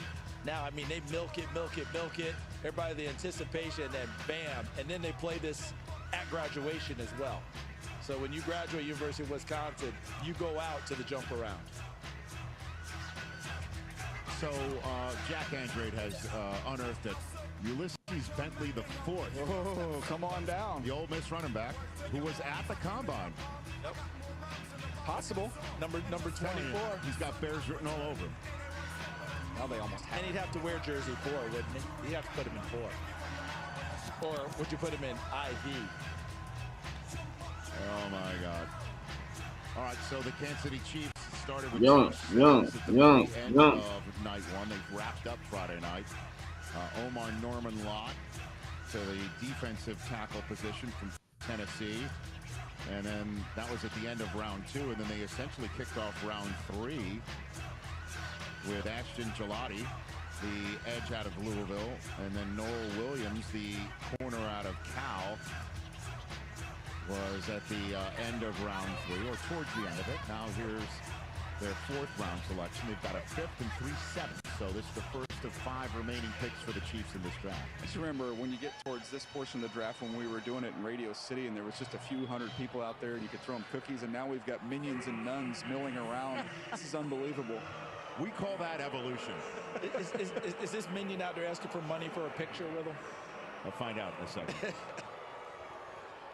Was geht, Green Bay? Chiefs Kingdom is here, and the German Arrowheads are ready for the next. With the 133rd pick in the 2025 NFL Draft, the Kansas City Chiefs select Jalen Royce, wide receiver. Oh, Jalen Warriors is off the board. I thought they were going to take Isaiah Bond, but Jalen Warriors is a really good player. Man, he is just so explosive. And again, like I told y'all a few minutes ago, the Chiefs love players that are just super explosive. And I really like Jalen Warriors. Oh my God, y'all see it right there? I mean, just look at his speed. He's so dynamic after the catch. Really good hands too. He's a hands catcher, which I love. And man, he's a guy. All you want to do is just get the football in his hands because he's gonna make magic happen after that catch. So I cannot wait to see what Andy Reid does with him in their Chiefs offense. Puppies are in the house. It's gonna be very exciting to see. I'm not even gonna lie. Yeah, baby. Nice. I had a feeling that the Chiefs were going to go wide receiver. I just thought they were going to take Isaiah Bond, but they take Jalen Warriors. Again, y'all, really good pick, man. I'm telling you, that kid is just so dynamic. And he's going to fit very well within the Chiefs offense. All right, y'all, so we're at pick 134. Denver Broncos on the clock, which means we're only 7 picks away from the Tennessee Titans being back on the clock at pick 141. Again, I hope that we take a wide receiver, a cornerback, an edge rusher, or a running back. I do not want us to take an offensive tackle or just an offensive lineman in general. And I don't want us to take, at this point, I don't want us to take a defensive tackle, really. So,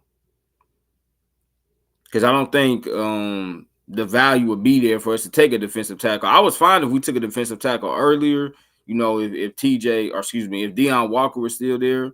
But since he's no longer there, I don't want us to take a defensive tackle at this point. So, again, it needs to be a wide receiver, a cornerback, an edge rusher, or a running back at this point.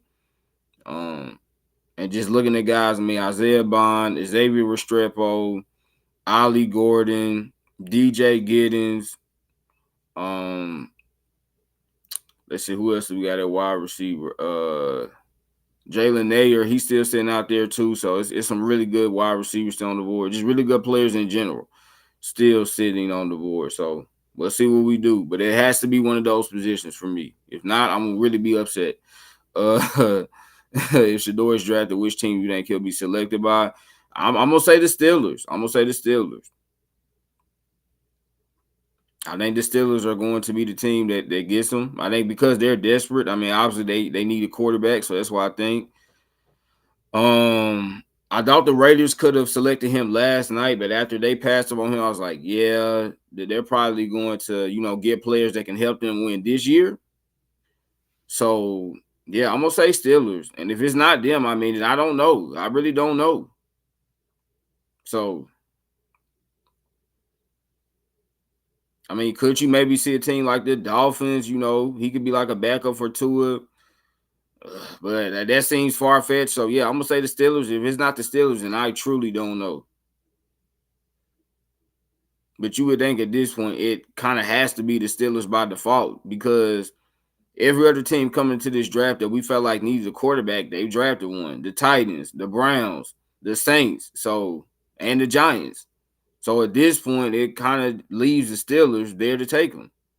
But they passed on him, 3 times already? They might pass up on him again. But that would be my prediction that he gets drafted by the Steelers. And if it's not the Steelers, then who knows? Yeah, I don't know. Maybe it'll be a surprise team that we don't see right now, but that would really be the team, the Steelers. So we'll see though. They could go in a different direction. I mean, they could maybe take a cornerback, right? Because they still could use a DB.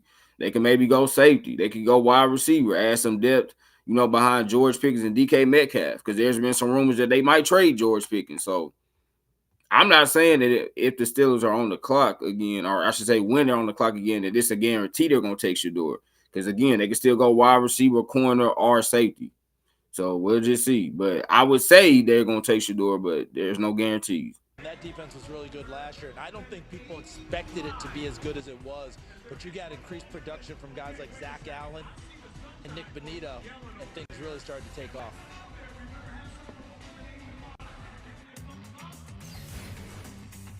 All right, Q Robinson here. Looks like is the selection. He reminded me of Jalix Hunt, just a little bit lighter version. We saw Jalix Hunt go in about this range, a little earlier than this last year, the Philadelphia Eagles, and we saw what he developed into, especially once you got to the playoffs. Very fluid, very sudden, someone who's played a lot of special teams. He had to wait his turn to get on the field behind all those guys at Alabama. But you watch the Georgia game and you see him bull that guard. You'll see him pull and snatch guys on the edge. I think he's got some twitch. I thought he'd be a fun one to develop. He really hung in there, too, as you mentioned, had to wait all that time to play, then got hurt late in the season, and the team awarded him one of the highest honors about being the best teammate, which tells you what he was like during his time there, why he waited to get on the field full time. All right, the latest pick from folks in Vegas. 4th to last pick of this 4th round. G'day, Green Bay. How are you? I don't know if he's from Vegas. I want to say hi to my kids back in Australia. Ilya, Aria, Roman, I love you.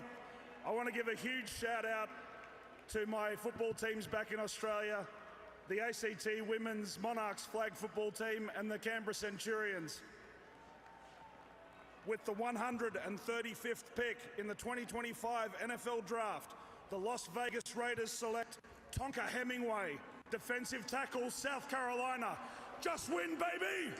It's 3:47 in the morning in Australia, so this might be the most jet-lagged pick in the history of the NFL Draft. Tonka Hemingway, is he built like a truck? He's a versatile. So if a Hemingway, if you're Tonka truck, you got to be able to do a lot of different things, I guess. If you're playing with that little toy truck, he can do that. He's someone that moves all over the line of scrimmage.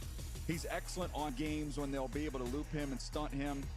He does that thing where he'll go to his knee and still be able to balance at the point of attack. We saw that with Murphy last year. Byron Murphy from Texas. That was almost part of his repertoire. Part of that technique that he uses. Had a nice scoop and score against Oklahoma, but they use him on offense. You'll see 2-point conversions. They'll use him on a fake field goal. So a fun toy to play with there for the Raiders. Is that where he ended? Yeah, so it'll be a Chip Kelly. Him and J.J. Pegues also. Yeah, they use him all over the place. Where you see him all over the place. They'll play the Wildcat. But that one-handed catch off the fake field goal, but it actually was covered very well. It was such a big body they couldn't get through him. Let me jump in here, guys, because the Ravens are on the clock again. They just traded out, so Tennessee just popped in. Y'all 1 o'clock, 1 o'clock. So that means we traded up to pick 136 with the Ravens. Fifth-round selection in this draft at the very least. Okay, let's see. The Raiders had 1, 2, The fact that we traded up 5 spots from 141 to 136 must mean that the player that we have selected felt. I guess we felt like he wasn't going to be there at 141. Now than Shador, and they figure he could be on the board, and he's going to be a fifth. Could this be Isaiah Bond, Xavier Restrepo, DJ Giddens, Ollie Gordon, Jared Ivey? He's still on the clock too. Edge rusher out of Ole Miss. So to me, though, y'all, this has to be again a wide receiver, a cornerback, an edge rusher, or a running back. Now, a sneaky pick could be Chris Paul Jr., linebacker out of Ole Miss. I wouldn't select a linebacker because we did sign Cody Barton to a 3-year deal back in March, and then we drafted Cedric Gray last year in the 4th round. So I probably wouldn't do it, but all right, y'all. So that's the trade detail. So we move up 5 spots to 136. We moved back 5 spots from 178. 5 spots from 178 to 183. So this is a solid trade. Daniel yesterday talked about the theme of what. So we basically, what we did is we moved up in the 4th round and then we moved back in the 6th round. So, but we didn't move back that far. We went from 178 to 183. So I'm fine with this. I just can't wait to see what we're going to select. Really hoping this is a wide receiver, y'all. I'm not going to lie, though. Wide receiver, corner, edge rusher, that would be my top 3. Now, I'm really hoping wide receiver. Come on, Titans. Come on, baby. Baltimore Ravens have traded the 136th pick to the Tennessee Titans. Come on. Please be wide receiver. Please be wide receiver. Pick in the 2025 NFL Draft. I don't care which one, just be one. Tennessee Titans select Alec Iamaner. Yes! Let's go. Oh, this is a fun one here. Let's go, man. Yes, let's go. 294 yards against Colorado in 2023. Hey, look, y'all, he easily could have went in the 2nd or 3rd round. This is amazing. Get him in the 4th round. Yes, I love this. I love this. Man, he had a phenomenal game against Colorado a couple years ago. But he is a big play threat waiting to happen. He's not the best wide receiver in terms of creating separation, but his catch radius is huge. Again, he's a big play threat, and he gives us some size out there on the perimeter. So, I love this pick, man. Yes. Had a big ball game. Won these one-on-one balls against Travis Hunter, and this was a game. Y'all see him right there against Colorado, man. I think he had like nearly 300 yards in this game. I watched this game. This was amazing. In no small part because of what Iamaner did. Look, these Canadian receivers. Yes, this is a great pick. Alec Iamaner. Great pick. It's good players. Of you pointing this out. Yes, it's a great pick. It's a great pick because he easily could have been a 2nd or 3rd round pick. I love this. Travis Hunter's in the division now, and they could draft a kid that's already proven it against somebody like. Is that even factor in a smidgen into what the tie doesn't hurt? It's a nice little cherry on top. If you've got a tie and they say tie goes to the yes, runner, love that pick. Let's go. Let's go. Those guys neck and neck. Let's go. That little tiny little nudge you could get to push him over the top. One quick note, Rich, because you remember our man Tom. Let's go. Let's go. Yes. Arm wrestle Tyson Bagent's dad. Let's go. Senior Bowl. Alec Iamaner's mom was formerly an arm wrestler. So can we get a matchup with Tom? Tom doesn't want any part of that. I can tell you that. Tom is. We got to send Tom to Nashville now. On the spot. He'll take that trip. Okay. So the Patriots just. I think he'll come in and be our starting wide receiver. Obviously, Calvin Ridley on the outside. I really believe that. I think our starters are going to be Calvin Ridley, Tyler Lockett, and then Alec Ironmaner. That's why I believe, y'all. Only cost them their last pick in the draft that they have, which is finally the Titans did it. So their draft will end now. Stay true to the board, y'all. We didn't reach for a player. We did not reach. We did it earlier when we took, and I'm gonna stop saying this, but we did it earlier when we took Shamir DK. Okay, he was a reach. But Alec, Big E, as I call him, good pick right here. Really, really good pick. Guess what? They're continuing to win. And I'm just going to tell you right now, we're a long way from training camp. Your reaction is comical. I love the pick. I love the pick. I love it. Rod Mayo had going in last year as a first-time head coach. Zero expectations for that team going into the season. Zero. They upset. Okay, y'all. So now at pick 178, we'll probably go corner, running back, maybe linebacker. Because I thought there was a chance we go linebacker right here. As I told y'all, I thought the sneaky pick could be Chris Paul Jr. But no, we did not do that. Be an entirely different looking New England team to start 2025. And one of the things you look at the coaching staff they have, that's a good teaching coaching staff. So a lot of these good young players, talented young players, I think you're going to see them get them up to speed and get them going early. Mike got the band back together, the guys he really liked working with. So they're going to hit the ground running. He doesn't have to do much coaching of his coaches. They know what to do for him. All right, so the pick is in. It's coming from Brazil. Is that what I'm being told? It's coming internationally. The pick is in. 49ers are halfway through their allotted time for the final pick in the 4th round of this 2025 NFL draft that has been all about why Shedeur Sanders is still on the draft board. And man, would I love to have that storyline end for everybody who's maybe sick and tired of hearing it. And that obviously is led by Shedeur and the Sanders family themselves. So, and you can see there's still a lot of other top 100 players still sitting out there on the draft boards from Daniel Jeremiah's best available. It's the penultimate pick of round 4, and it belongs to the Patriots. Hello, everyone. I'm Leo Ortiz, defender for Flamengo and the Brazil national soccer team, proudly representing Pets Nation from the beautiful city of Rio de Janeiro in Brazil. And with the 137th pick, the New England Patriots select Joshua Farmer, defensive tackle, Florida State. Go Pats! Did they fly past the Patriot down there, or just the I was just costume? wondering how they clear Is that a customs. local in there? How do you clear customs with that head? Just wondering. All right, Joshua Farmer, let's get to him. Costume double. He was my 77th overall player, and they just scooped him up with, what are we at, 137? So this was about some injury concerns and some durability and longevity, I should say.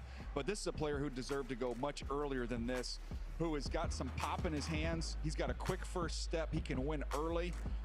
I think there's what we saw at the Senior Bowl. I think there's more pass rush upside with him, CD. So to me, that everything's like, oh, how long is someone going to play?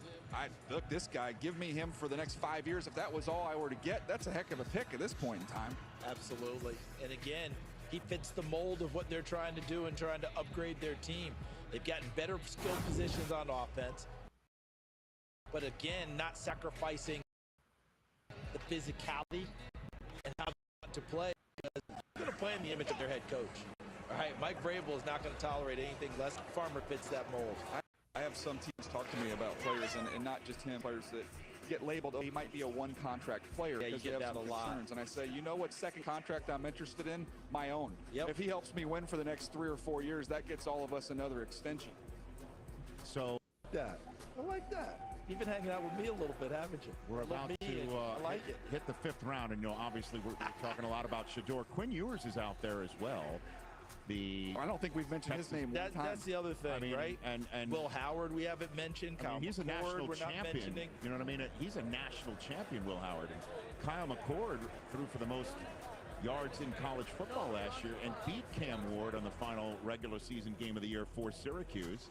And then there's the question of Quinn Ewers, formerly of the Ohio State, going to Texas, leading Texas to the college football playoffs. And back-to-back years. I mean, this is a there are some other quarterbacks waiting to hear their name being called that are going to be going into the 5th round unless San Francisco chooses one of them with the final pick of the 4th round, pick 138 here in Green Bay.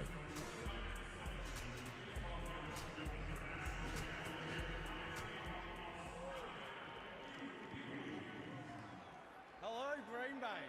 What an amazing 49ers back on the clock. I just want to say hi to my son Flynn back in Australia. And what an amazing place to be here in Green Bay, where the 49ers and the Packers have had some amazing battles in the past. And with the 138th pick in the 2025 NFL Draft, the San Francisco 49ers select Jordan Watkins, wide receiver, Mississippi. Go Niners! Yeah! So I think this is about, what, the 4th or 5th wideout we've had. That's a 4-3 wideout that's gone just in this 4th round. I mean, it's incredible. He ran 4.37. I was a little bit surprised he ran that fast. I thought he'd be more in the high 4.4s. But this guy can play inside, outside. You watch the goal line fade work. To me, that's what I got excited about, because he can adjust and go get the ball down there in the red zone. Another one, to me, CD, I think he's best on the move. You look at his teammate, Trey Harris, I thought was a little more fluid and smooth coming back down the stem. He was a little bit better getting him on the move. I like what you talk about there. Go ahead and explain that just a little bit more when you're about on the move versus him running those type of routes where you're going to cut inside and present yourself to the quarterback. Yeah, when you got to settle, drop your weight, get in and out of the break. I didn't know that was his strength, but to me, goes, crossers, posts, that's where he's at his best. When he catches it on the move, he's moving past people. And we are moving to commercial break. And when we come back, the 5th round will be underway. The Vikings are making that first selection of round 5. 3 more rounds to go here on the final day in Green Bay. All right, y'all. 5th round now. And Shedeur Sanders is still on the clock. So it's gonna be interesting to see what happens. It really is. I'm finna check. Let me see when the Steelers are going to be back on the clock. So the Steelers had pick 156, y'all. So I mean, I would say it has to be them, right? Because if not the Steelers, then where in the world is Shedeur going? I mean, seriously. So we'll see, but I just feel like he has to be going to the Steelers, you know, because, again, as I stated earlier, they do have a big needed quarterback. And, I mean, at this point, he would be tremendous value to get him this late in the draft. So I'm still saying Steelers, and if it's not them, then we'll just have to wait and see. But that's my prediction, y'all. Shedeur will get drafted by the Pittsburgh Steelers. So let's see if it actually comes to fruition or not.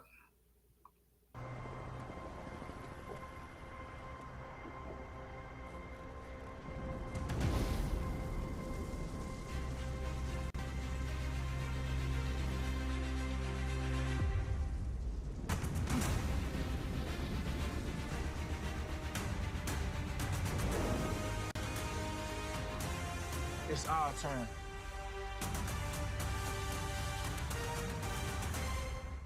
The 2025 NFL schedule will be released soon. We are ready for the new era here. It is adrenaline, it's excitement, the stage electric. One of many revenge games. Quarterbacks, they define this rivalry. They've only gotten better. Unbelievable. It's showtime. The whole world wants a Super Bowl rematch for the ages. Welcome back. It's Pod's biggest sale in history. Save up to 30% until May 19th at pods.com today. You might have heard I'm going through a little upgrade with my tats. So when Verizon announced that everyone gets a free phone on any plan, ain't free, count me in.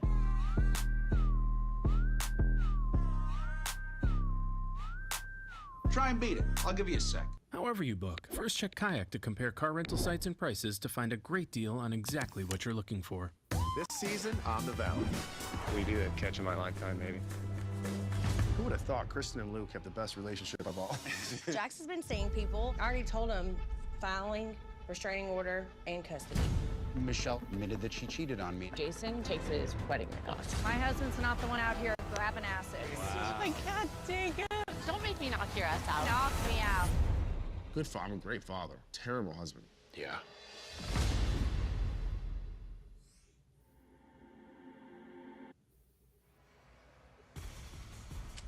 Back here in Green Bay, as round 5 begins, you'll notice some folks wearing coral-colored shirts in draft rooms across the NFL. Those were in honor of Colts Director of College Scouting, Matt Turpening's wife, Coral Cressman Turpening, who passed away unexpectedly on April 12th at the age of 45. And Coral was a lifelong sports fan who loved cheering for the Colts, in addition to being a devoted wife and mom. Matt Turpening and the couple's daughters, Stella and Gwyneth, are in the Colts draft room together today. Yeah, I've known Terp for over 20 years, and the scouting community is very tight, and you can see them all coming together. It's our way of giving Terp a hug as you look at the Pete Carroll and the Raiders draft room, all just trying to, Terp, let you and let Stella and Gwyneth know how much this scouting community, this NFL community is hurting for you. We love you. Terp, every time I saw Terp, I just saw him at the Big 12 Pro Day, and we sat there and we talked about the girls and how volleyball was going. Terp is a family man, and this was shocking, absolutely shocking to everyone. And I know that you guys are hurting, but I wanted to let you know that all of us here around the entire league, we're here to love on you. We're here to support you, Terp. We love you, buddy. And this is a phone. We're a phone call away. Anything you need, anytime, you call any of us. We all love you. We're praying for you guys. Stella, Gwyneth, we love you too. We're praying for you as well. Well said, DJ. We send our condolences, all of us here at NFL Network, to the Turpening family. May Coral rest in peace. And you could see the support around these draft rooms. So when we show some draft rooms and you see the shirts, you'll know what it's about. Meanwhile, we're off and running on the 5th round. Minnesota is already on the clock for a second time. And you could see your best available, top 200. Yes, if you're just tuning in now, a few minutes after 1 o'clock local time here in Green Bay, 2 Eastern. That Shedeur Sanders is still unpicked. He's gone through the first 4 rounds of this draft. And Minnesota is, again, on the clock for a second time here. This is their last pick in the draft. Once they're done here, unless they use some draft capital next year to trade back in, the Vikings will be done. They came in with the fewest picks in this draft with 4. And this will wrap it up once they are done with this selection. Well, they're getting good weather in Minneapolis. They got to get out into it. So these were the picks that went down while we were away in commercial break. How are you feeling about the draft so far? Dawkins got selected. You talking about the players that the Titans have selected, or just the draft in general? 5th round. Georgia defensive player. I'm pleased with what the Titans have done. Been like that for a long time. And then the draft in general, last year he could have gone in the portal. I like the way it went. You know, I've been surprised by some players that went lower than what I thought. There's been some players that I thought went higher than what they should have went. But you know, other than that, I like the way it went. I've liked the way it has went.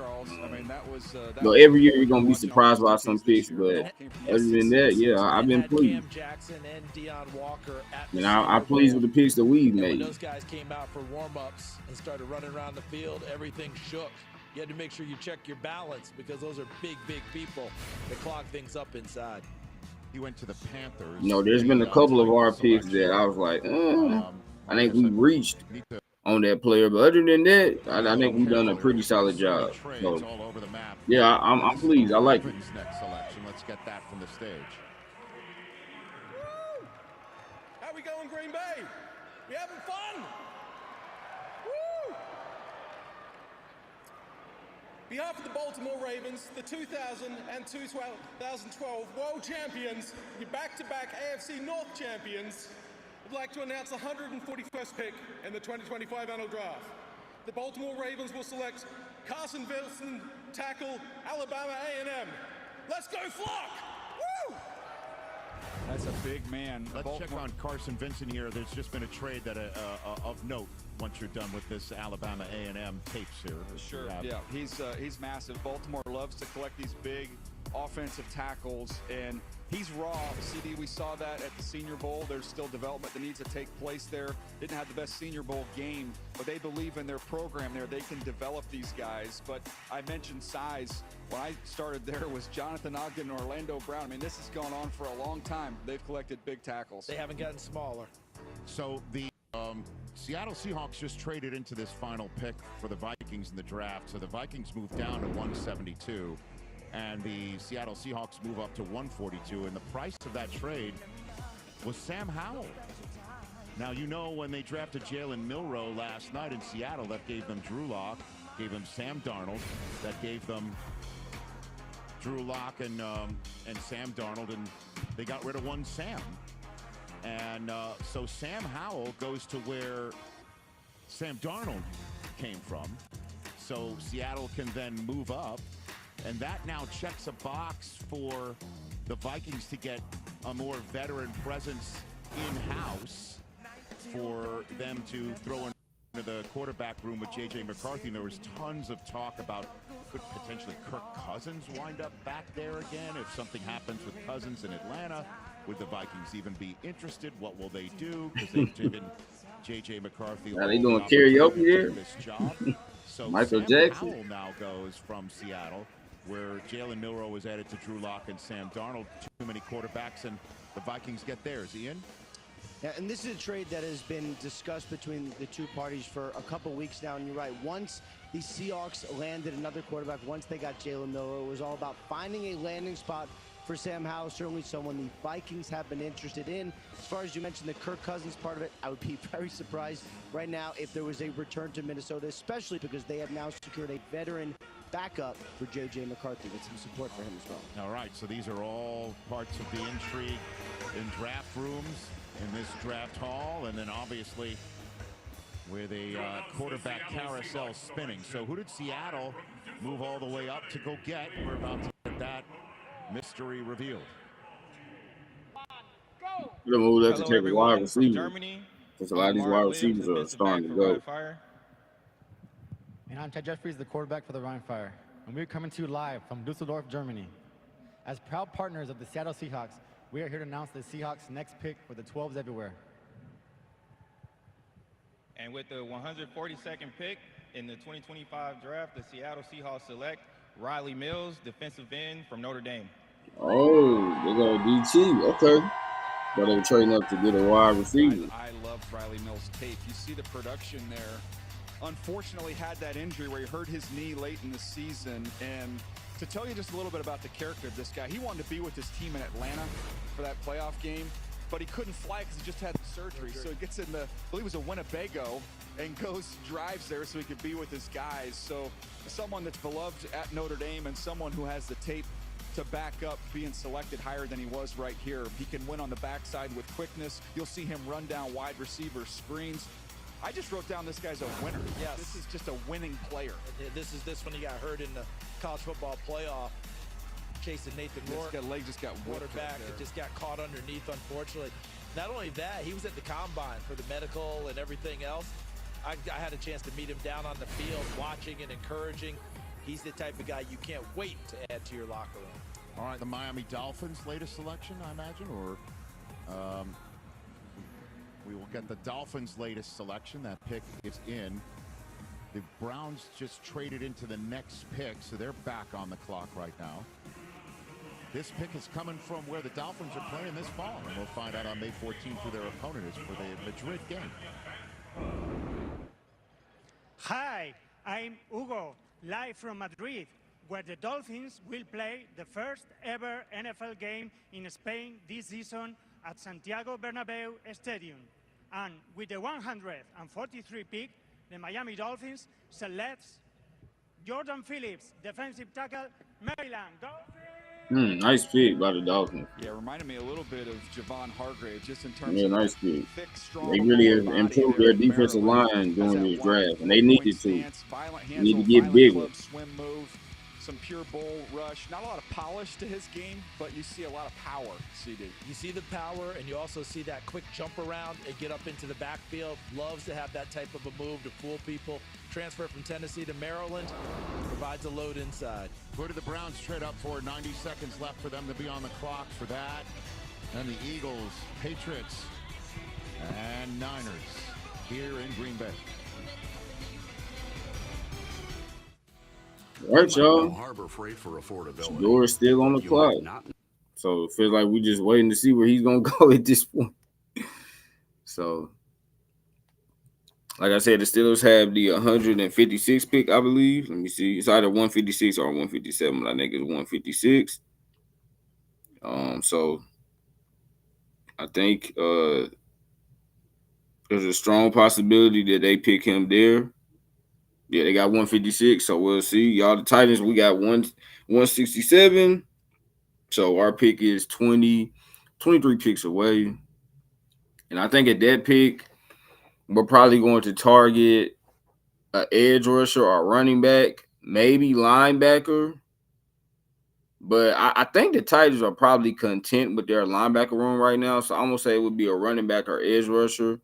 Got some really good backs still available. Ollie Gordon, DJ Giddens. So, and then edge rusher Jared Ivey. I'm pretty sure he's still available. I'm almost certain he's still available. Let me just check that because these picks have been coming in pretty quickly. But I think Jared Ivey is still on the board. Yeah, he is. So Jared Ivey's still on the board. So I think it would be between those three guys: Ollie Gordon, DJ Giddens, and Jared Ivey. That would be my most ideal, pick right there between one of those guys. But we'll see. Could be a cornerback too. Maybe. If we do take a corner, I think Zah Frazier, he's still available. He is really fast, super tall. So if we go corner, it would be Zah Frazier. So yeah, but I'm gonna say edge rusher or running back, but I would not mind corner though too. So it'll be one of those three positions. And yeah, or we might wait on running back. Maybe we'll take running back with our second 6th round pick of 183. We might wait and do that, but we'll see. We'll see. Man, I hope y'all are enjoying this again. Thank you to everyone coming through, man. We're watching day 3 of the 2025 NFL Draft. If you're new, please hit that sub button, hit the like button. It would be greatly appreciated. And hope y'all having fun, enjoying this. And we're just chilling, sitting back, watching the draft, man.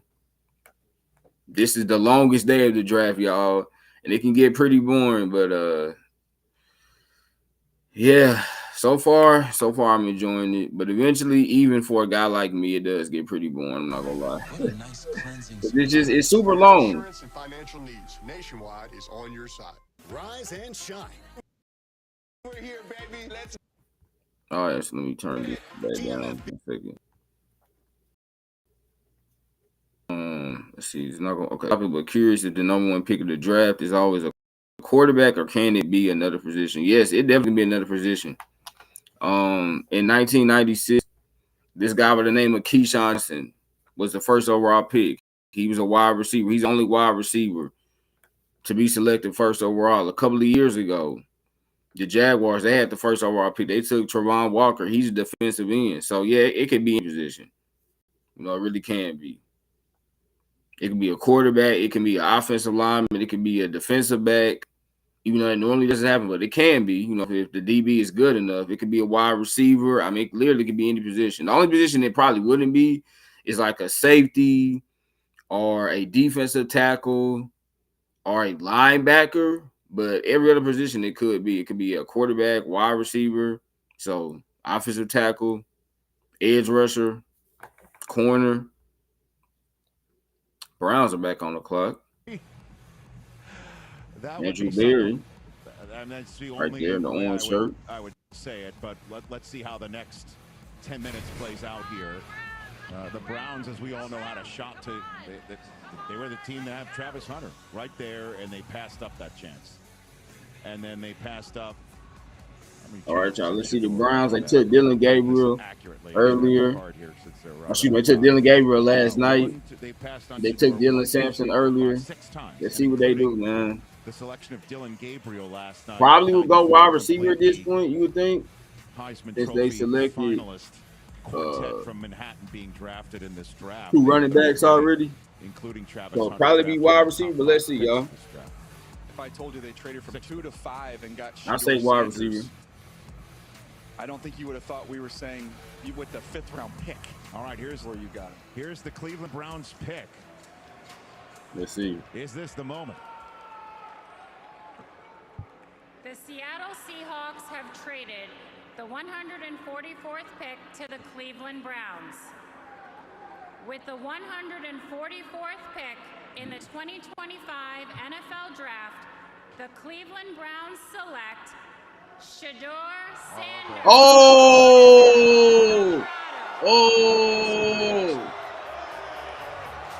Shedeur, man. He went, y'all. Check the wrist. He went. Wow. The moment that So the Browns got Dylan Gabriel last night in the 3rd round, and now they got Shedeur Sanders in the 5th round. Wow, their quarterback room is going to be very interesting. And viewership. Shedeur Sanders just went, but he went to the team that could have had him 6 times over. Wow. Not to, including I must say, I'm shocked. I'm shocked. Let's give Shedeur his moment. Go for it. Yeah, let's get to the film. I feel I'm happy for Shedeur and his family and everyone. But wow, Sanders is on the I am really surprised, y'all. Guard style of quarterback play. It is timing and rhythm and accuracy. You'll see that here on this tape. Also, the offensive line under a lot of duress over the last 2 years, a lot of collapsing pockets.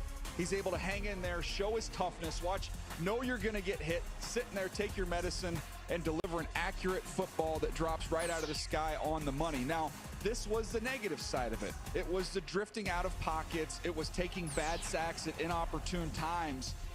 The thing to me was just playing faster. He just got to speed up his clock and play faster. But CD, when he's got everything lined up and he getting his feet in the ground, he is a very accurate thrower. It isn't playing faster kind of the norm that we say for college quarterbacks, because things are going to go faster in the league to begin with. So things that you could get out of in college, because you always think your athleticism is going to beat most of the defenses, and it usually does. You have to change that. But Rich, you keep coming back to how many different ways, how many different times Cleveland passed on him. We might be just getting an idea of where Cleveland had him ranked, and now they got him in that spot. I understand all this, but here's the best part for him. Kenny Pickett's there, Joe Flacco's there, Dylan Gabriel's there. There's no one there that he can't compete against. This is still an opportunity for him to be a starting quarterback in the NFL. It is a big quarterback room, but it's not one that's so daunting that Shedeur Sanders, who was a borderline first-round talent, can't go in there and compete. And to me, it's the right style of offense. They got the runners for him earlier in the draft. The way Stefanski calls plays, this fits what Shedeur Sanders is going to need to go forward in the NFL. He's going to hate where he went, but it's a good spot. Wow. Sorry, I'm sitting looking at my phone. Who has finally been drafted? Thank you, Jesus. Why did the Browns wait so long? I have no idea, but wow. Not when you go. When you go, it's what you do when you go. I mean, now for me, I'm waiting on my boy Isaiah Bond to get drafted. That's why I want to see get drafted next. Round pick when he came in out of Eastern Michigan, and now look what he's become. So he should have already been off this board. So I'm hoping for Isaiah Bond. He'll get drafted soon. Really is. I know there's a chance the Titans could take him, but we already drafted 2 wide receivers, so it's not gonna happen. But I'm waiting on Isaiah Bond's name to get selected. I thought the exact same thing. Who picked up the phone and called? I'll tell you exactly how it first of all, the first thing is Shedeur had to verify whether it was real, because I saw that video, which is insane that somebody would ever do such a thing to anybody. Forget about who it is.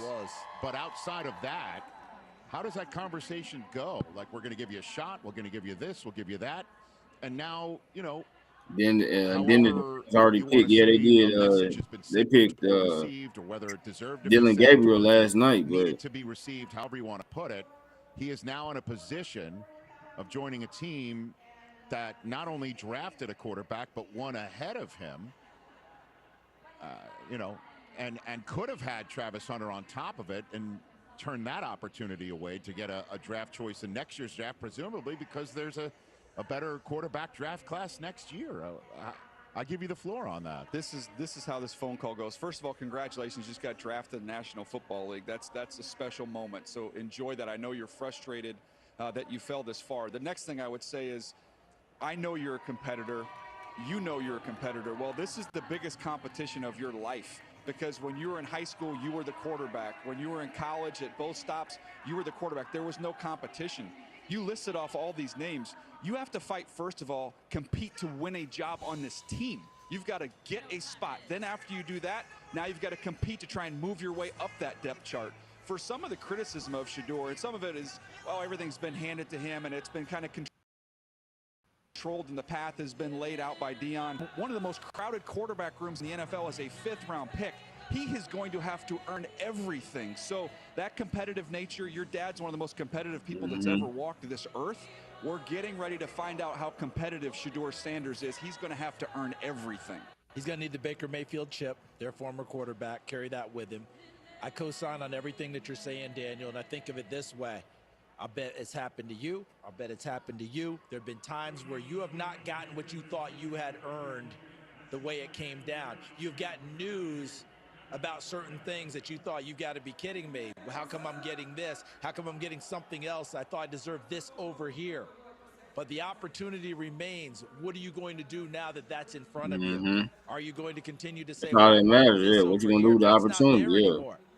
This is what's here. It's right now. It doesn't matter where you got drafted. Just as long as you get to that team, you ready to go. Be the next step for you. You can be angry, you can be upset. I get it.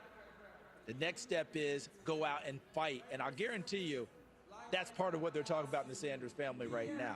You get a chance to show the guy that picked ahead of you you're better than him. You get a chance to show a guy who's won a Super Bowl that you're better than he is. You get a chance to show that a guy who's a first-round pick that you're better than he is. This is your opportunity. So Shedeur, I get it. The frustrations are, I want to give you a hug for 2 days now. But now's the chance to get up and go. I've been there. It's not fun, but you got a choice to make. Battle or not. I think he's going to battle. Well, in case anybody's wondering how often we see a draft where one team takes two quarterbacks in the same draft, it happened last year. The Patriots chose Drake May 3rd overall, then later on chose the current backup quarterback in Dallas and Joe Milton. And part of the reason why New England drafted 4th overall this year is because Joe Milton won a game at the very end of the season show up for. That turned out for being Gerard Mayo's last game as head coach. But neither here nor there. We're currently looking up. Pittsburgh did it in 2022 as well. Look, the biggest one is RG3 and Kirk Cousins. Well, but so I know it's I'll different. ask that question because it's different. That but was it's there because I remember we were there. And I remember, I looked right at you guys. I looked right at Mayock, who was sitting in your chair at the time, DJ, and I said, what is Washington doing right now? Because the only way that Cousins plays is if for RG3 it goes so terribly bad for RG3, and then eventually it did, and Cousins then became the guy, one of the most generationally enriched year-to-year players this league has ever seen. No doubt. And now one of the most highly paid backups in the league, where a lot of folks thought he could wind up in Cleveland if things didn't go right in this draft. Now, I mean, it's standing room only in that draft room, especially since we're assuming Watson needs one of those rascals to get around right now. And so bottom line is, what happens now? Like, how do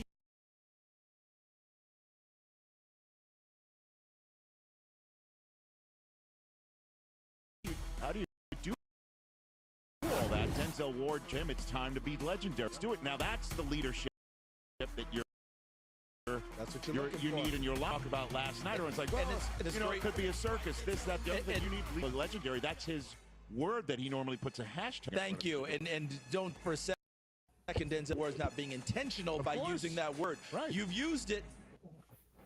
Here's your opportunity. All right, y'all, I'm back. Be legendary. Right, and that's a way of him saying, welcome to the team. What you just said, that it's now time to compete for your spot. and show that particular. The only thing you missed was the hashtag. Ian Rappaport wants to chime in. Ian? Yeah, that Sanders hasn't been drafted. What player are you most surprised hasn't been drafted yet? I would say Isaiah Bond. Deshaun Watson retore his Achilles. I thought he was going to be going around the third round because of his speed, but he's still on the board. So let's do it. Dylan Gabriel, a high energy kind of run around. Man, I ain't gonna lie, I actually love the Titans to get him like that. Browns have him targeted. I know we already selected 2 wide receivers, but man, that dude is just so fast and explosive. We can use a dynamic player like that on our offense. So. Also, as you guys know, But I doubt we'll take him. Pick in the future. They still need a franchise quarterback, one that could help them next year get whoever that ends up being. If Shedeur turns into the franchise quarterback that he believes he can be and other teams believe he can be, then they just have a free first next year. They can do whatever they want. It is a lottery ticket for the Browns at a very low cost. You guys want to chime in on that? Go ahead, DJ. No, I'm sitting here thinking of. I think he's right. I keep coming back to that competition, and it's going to start with Dylan Gabriel, like right there. To me, if I'm Shedeur, I'm going to say, okay, I know one thing. We show up to minicamp. I'm going to learn this stuff as fast as I possibly can. Get down cold. I mean, I think if you want a culture of competition, which every coach preaches, man, they drafted 2 big-time backs in this draft. Now they've got 2 quarterbacks. Hey, try and get back to this is the purest form of sport is competition. And before you can play the other team, you got to compete with your own guys. Now, it's going to be healthy, and they're not going to be hating on each other and not fighting each other, but it's going to be a healthy competition, and it's going to be fun.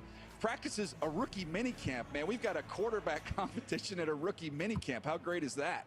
I would run to Cleveland for the playbook and the opportunity right now. Because exactly what you're saying, Dylan Gabriel, that's who he is. That's what he's about. He's done it at 3 different places. UCF, Oklahoma, Oregon, and did it at really high level. Adapted, changed, learned teammates, learned schools, all these things. I would run there if I'm Shedeur Sanders. I'd have my dukes up, and we're going to fight. I've said this multiple times in different ways already today. We've all had these dings along the way, and there's been days when I've gone and been in the fetal position and turned down the shades, and I got to find a way to come back. Either you find a way back or it consumes you.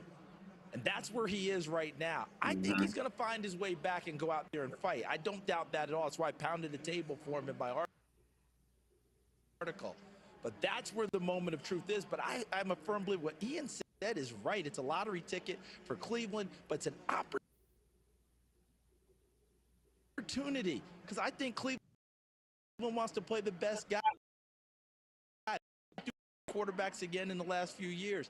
They've read it. They're what they're doing with the line.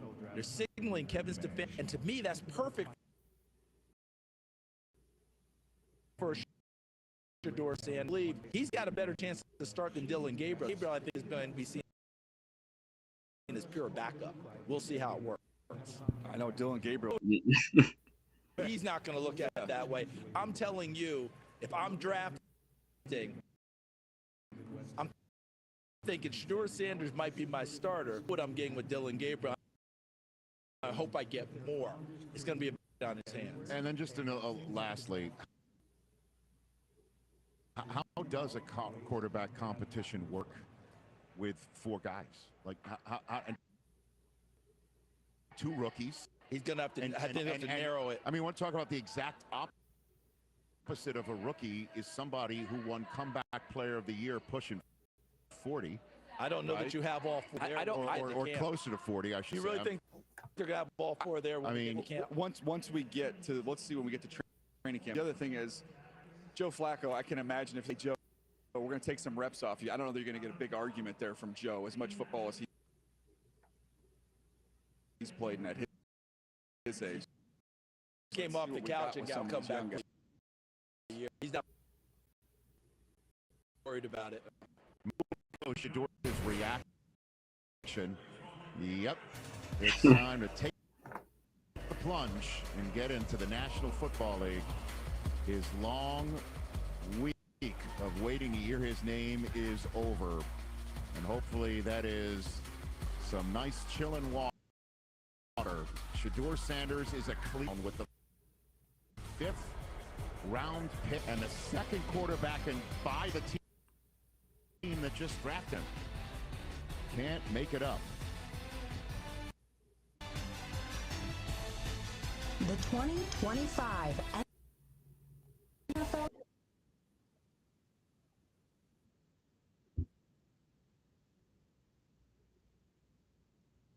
All right, y'all. Will Shador has finally been selected, going to the Cleveland Browns. Wow, that's pretty crazy.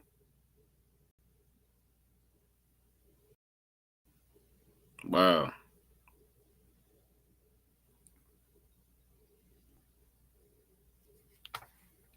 Shador is a Cleveland Brown. Wow, I cannot believe that. Cannot believe that. I mean, now they have the deepest quarterback room in the league. They already got Joe Flacco and Kenny Pickett and Dylan Gabriel and Shador and Deshaun Watson. So wow, they got a lot of guys. Even though Deshaun Watson not gonna play, but wow. I'm really shocked, y'all. I did not see that happening. I thought he was going to the Steelers, but that was a surprise team, though. That was a surprise team. Instead of going to the Steelers, he goes to the Browns, which is kind of funny because the Steelers and Browns are rivals. So they decide, nope, we're going to select him.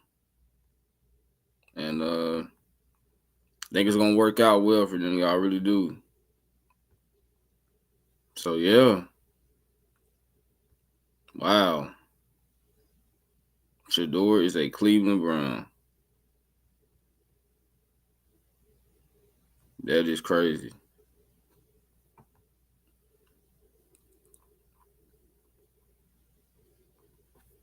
Can't believe that, y'all.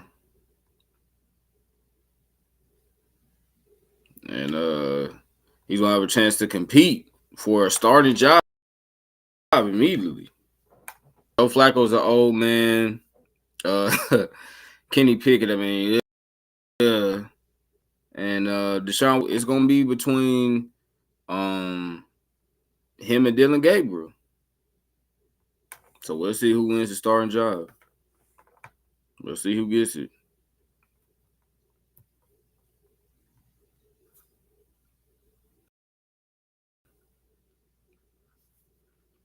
All right, let me pull it back.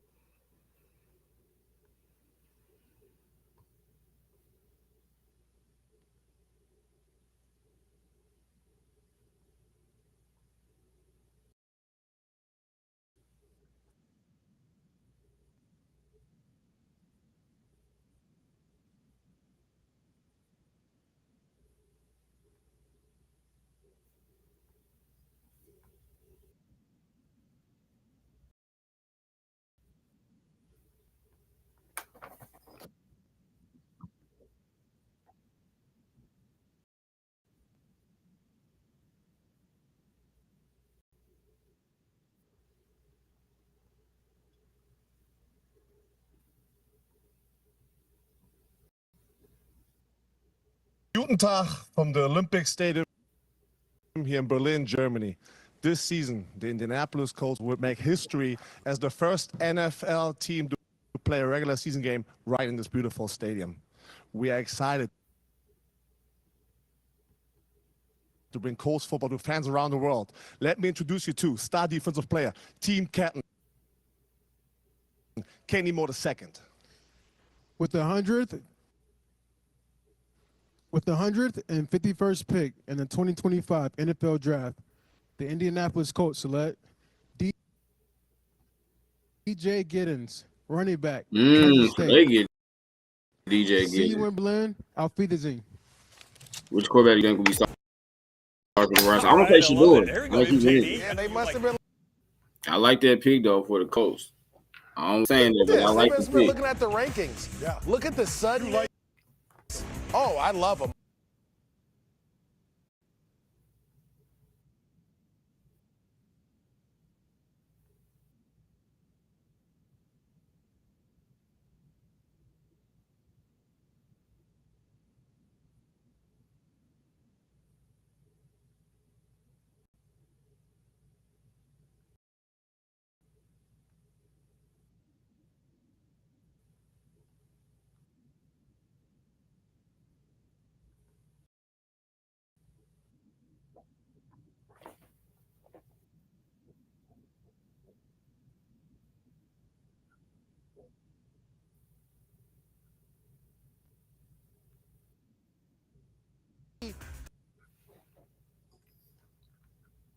if you can just be a point guard, and we saw what DJ put on there as a point guard, just to distribute. We don't need you to win games. That's all you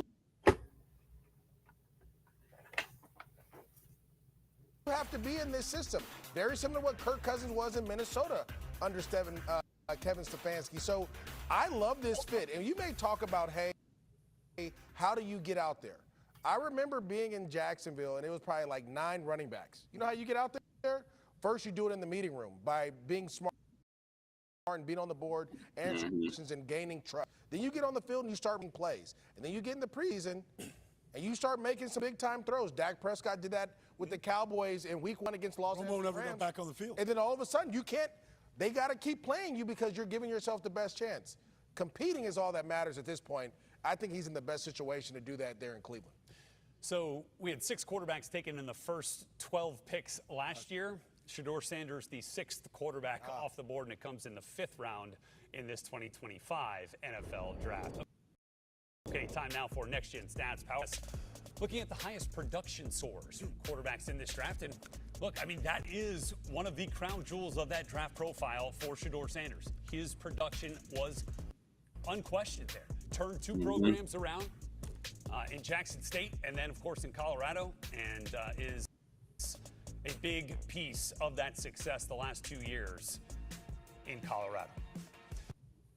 All right, Browns fans, fired up. They get not 1, but 2 rookie quarterbacks to come in there and try to get this Browns franchise back to the postseason. We're back with the draft. What do you do when things get tough? You don't get. All right, y'all. So as you see, everyone's excited. Stand your ground. If you've been diagnosed, Before finally got picked, going to the Cleveland Browns, where he will have a chance to compete for that starting job. So, yeah, we're gonna see what becomes of that, man. That's gonna be a very interesting team to watch. They would be a good Hard Knocks team, huh? But yeah, we're gonna see what happens, and I do think he's gonna be their starting quarterback in Week 1. Now, I'm waiting to see Isaiah Bond get selected because he should be off this board. Titans to select him. I think I said that earlier, but I don't see that happening. But, man, Isaiah Bond is just such a fun player to watch. He really is. And I'm a big fan of his. So I want to see where he goes. I think who else? I think the Cowboys just got Jaden Blue. They just got his teammate. So sorry about that. They just got 8. So they finally get a running back. Yeah, y'all. The Titans were coming up. About 14 picks at pick 167. So we're going to see what we do there. It's either going to be a running back, linebacker, or a corner probably. Yeah. I think Ty Hamilton, he went at pick 148. That was the guy I wanted us to potentially target too. But, yeah, he went to the Rams at pick 148. So that kind of sucks, but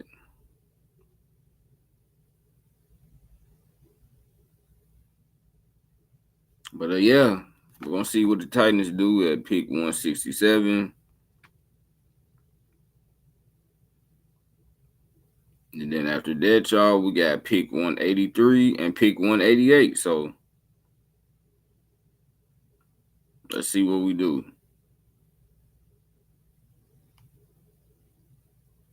Let's see what we do.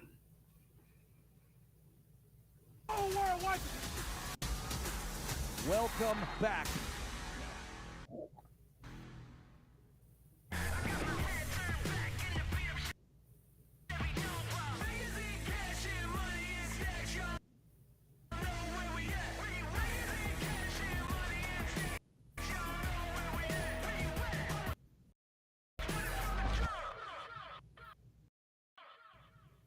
No one wants to do the sick or.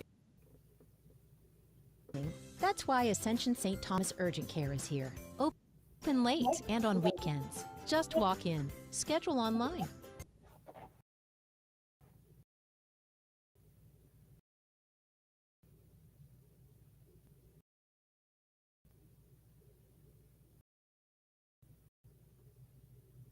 You can do your thing. At Grand Canyon University.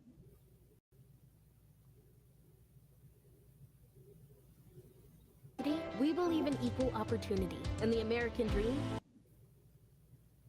starts with purpose. By honoring your sacred vocation of education, you impact your family, your friends, and your community. From teaching pre-K through 12th grade students to educational administration, GCU's online bachelor's, master's, and doctoral degree programs can help you reach your goals. Find your purpose at Grand Canyon University. Visit gcu.edu. Initial teacher licensure programs are not available in Kentucky. I don't think they'll take it here. Of course they take Discover. It's accepted in...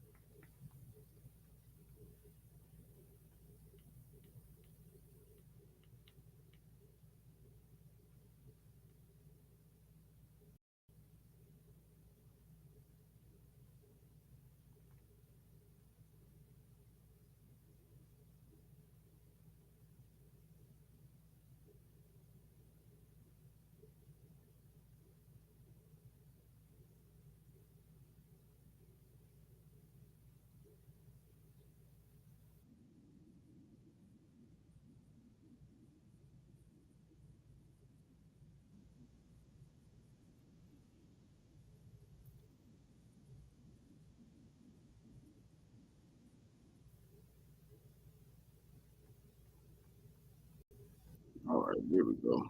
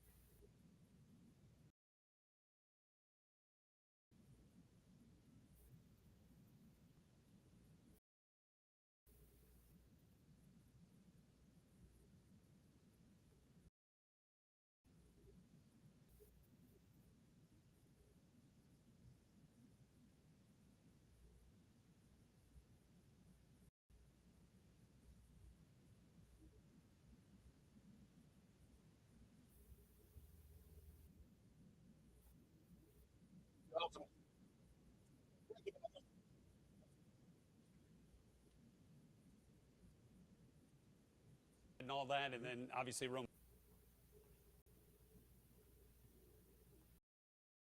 Madunze as well. So a lot of fun there for Caleb Williams and company.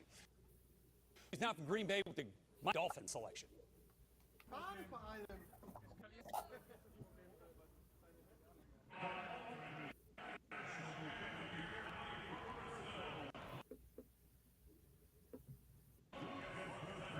Dolphins on the clock.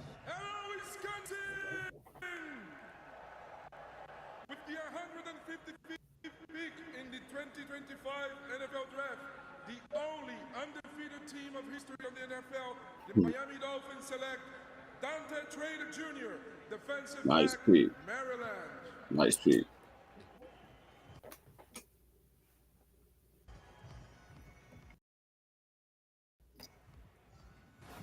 All right, Dante. Interesting one. To Maryland to play lacrosse was one of the best lacrosse players in the great country. lacrosse school. Indeed, and then ended up migrating full-time into football, played the Senior Bowl.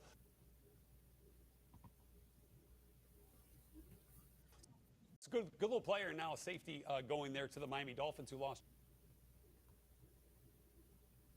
Javon Holland. Yeah. Again, the Dolphins are rebuilding a lot of guys.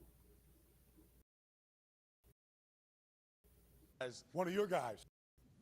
That's my right. baby. I'm not going to talk about fluid smooth, big, a big slot receiver. You have to have a plan. Dalton Kincaid is what I kind of think of, but I just think he has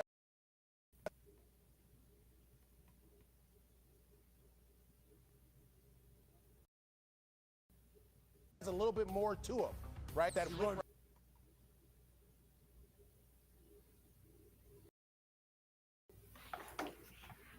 but the ability to go up and get the ball.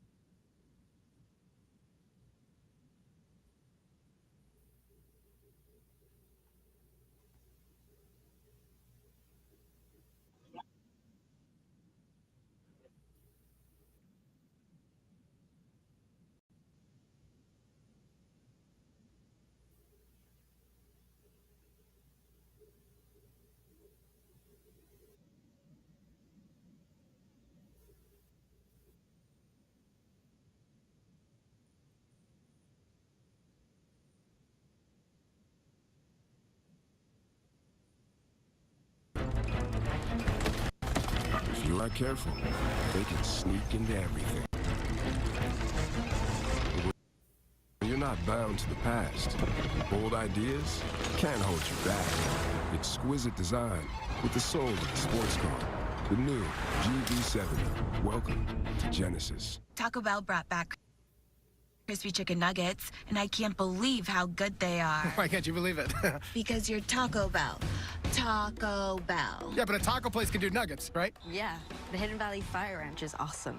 Okay, they're good, but we're not a chicken place. When did you guys become a chicken place? Chicken? Can't a taco place do good nuggets? Are we not allowed to do both? What do you mean? You think it's cool to do both, right?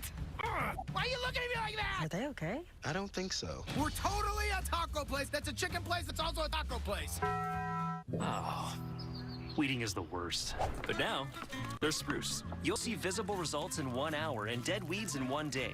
And it's safe for use around people and pets. Spruce, the new hard-working, worry-free weed and grass killer. You All right, I'm back. So hold it up high. This isn't just a restoration. It's a revival. Because you know there's value in making space for your people. You are a fighter, and this is your reward. Medela, the mark of a fighter. This baby hits 88 miles per hour. You're gonna see some serious. Getting close to the Titans pick at 167. Check me out.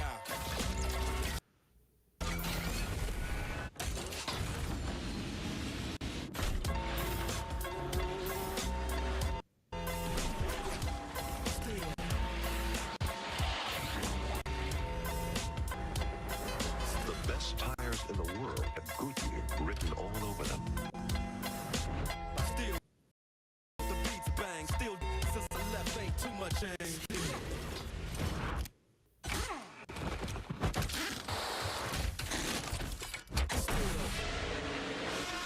And even when I was close to defeat, I rose to my feet. Representing for the gangsters all across the world. Still hitting them counters and them polos, girl. Still taking my time to perfect the thing, and I still got down for the streets. Back here on day 3 of the NFL Draft, great crowd on this beautiful Saturday in Green Bay. Here are some of the recent selections. Elijah Roberts, edge rusher from SMU, going to the Tampa Bay Buccaneers, and now the Los Angeles Chargers about to make a pick. And for that, we go to Athens, Greece. See what Harbaugh's squad will do. Good evening from Athens, Greece. I'm Maria Olson, the interim U.S. ambassador here. And as a Wisconsin girl myself, special shout out to all the fans there in Green Bay. Behind me, you'll see the iconic Acropolis of Athens.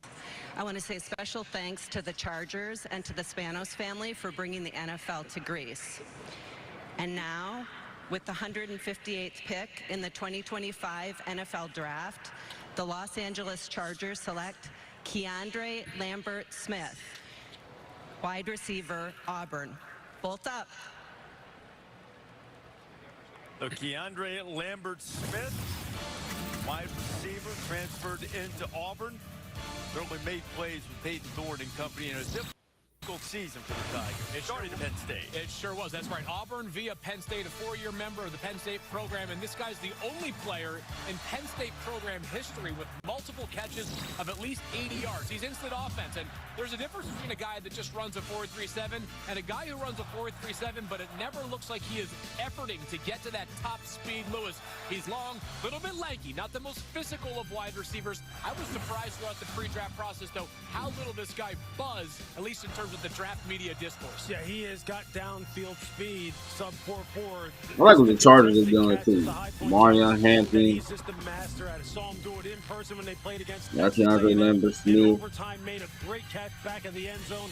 Trey Harris too. I like what they're doing. Chargers needed to upgrade at wide receiver. Now with him and Trey Harris, I'll tell you what, Justin Herbert's got some dudes now he can put it up to for sure. The nephew of Cam Chancellor, too, as he heads the bloodlines. Norfolk area. You think strong arm Justin Herbert's happy with the pair of receivers to play on the perimeter, and especially Lambert-Smith's speed down the field? And they've attacked that mentality. And Marion Hampton, along with Marion Hampton, yeah. He's got hammers everywhere. This is now a Jim Harbaugh team. Okay, he's the big, physical guys who can win at the point of attack, huge quarterback who can toss it, who he talks about. I'll tell you, have you ever listened to Jim Harbaugh talk about Justin Herbert? I have never seen a coach who's more effusive in his praise of his quarterback, like taking how much he loves that guy. Like what Tyler Shuck would.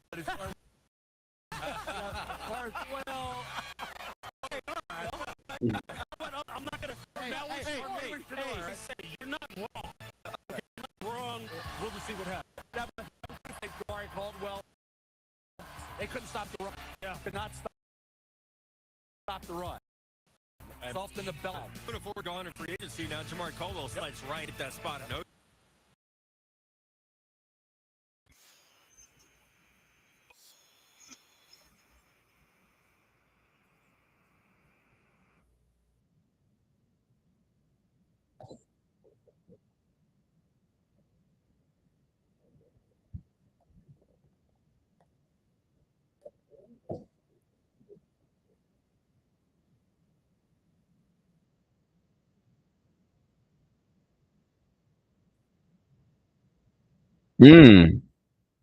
Doubling down on edge, huh?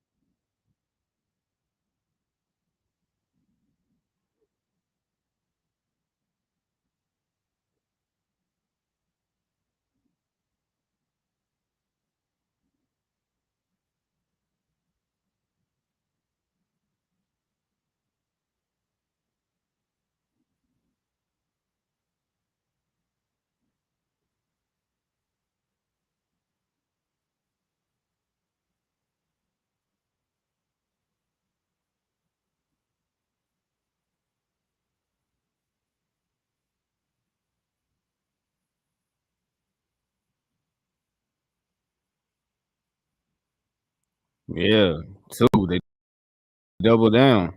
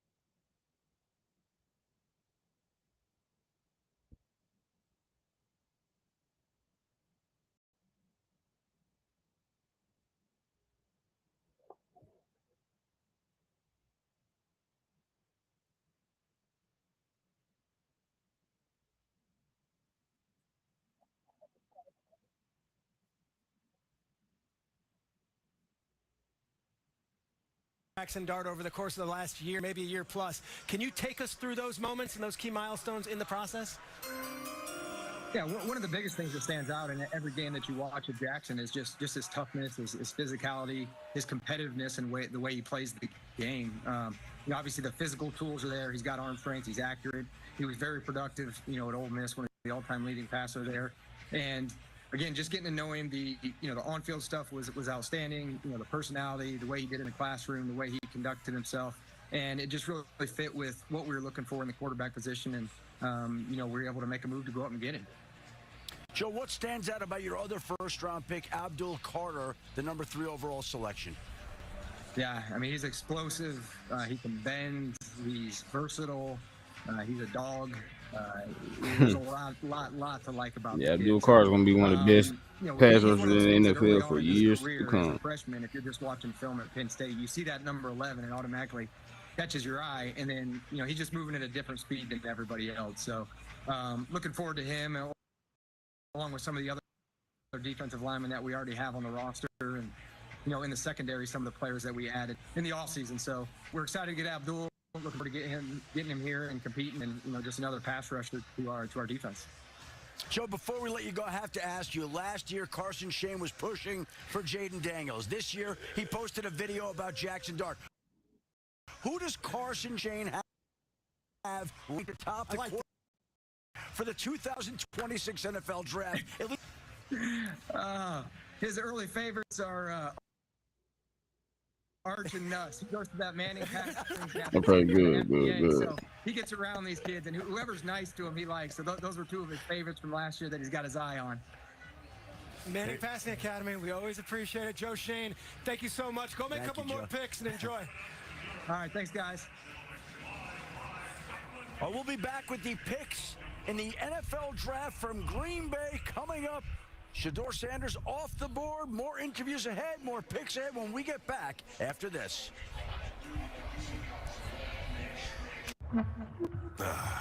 That's infected. Maybe getting a tattoo at a 3-day music festival was a bad idea.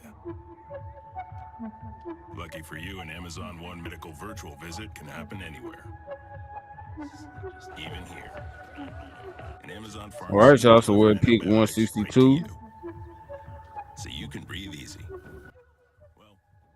We're at pick 162. The Titans pick is coming up very shortly at pick 167. So positions that I think we will probably be targeting: running back, edge rusher, and you know what? I'll say defensive. I'll say defensive line. At Thrivent, we help you plan your financial picture with the bigger picture in mind. Because the most important thing isn't planning for, it's who.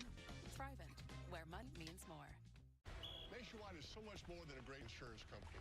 They're also one of America's largest financial services companies. Like, he's so much more than Saquon Barkley. I'm also Stay Calm Barkley. Oh, man.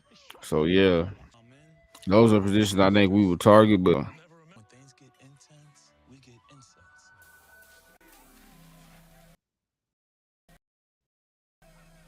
What a nice cleansing surprise. Insurance and financial needs. Nationwide is on your side. The greatest duo.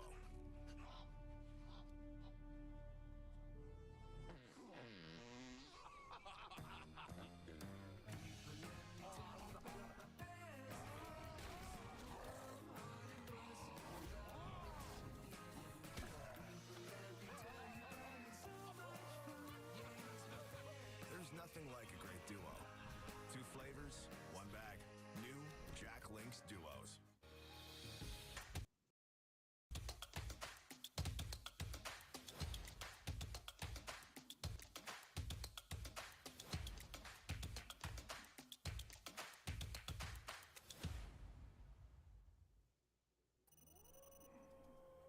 Increasing power to 10x. Increasing power to 50x. Increasing power to 200x. Extreme burning activated. The only thing better than money is more money. Multiply your win 10, 50, or even 200 times with the Multiplier Instant Games from the Tennessee Lottery. Game-changing fun.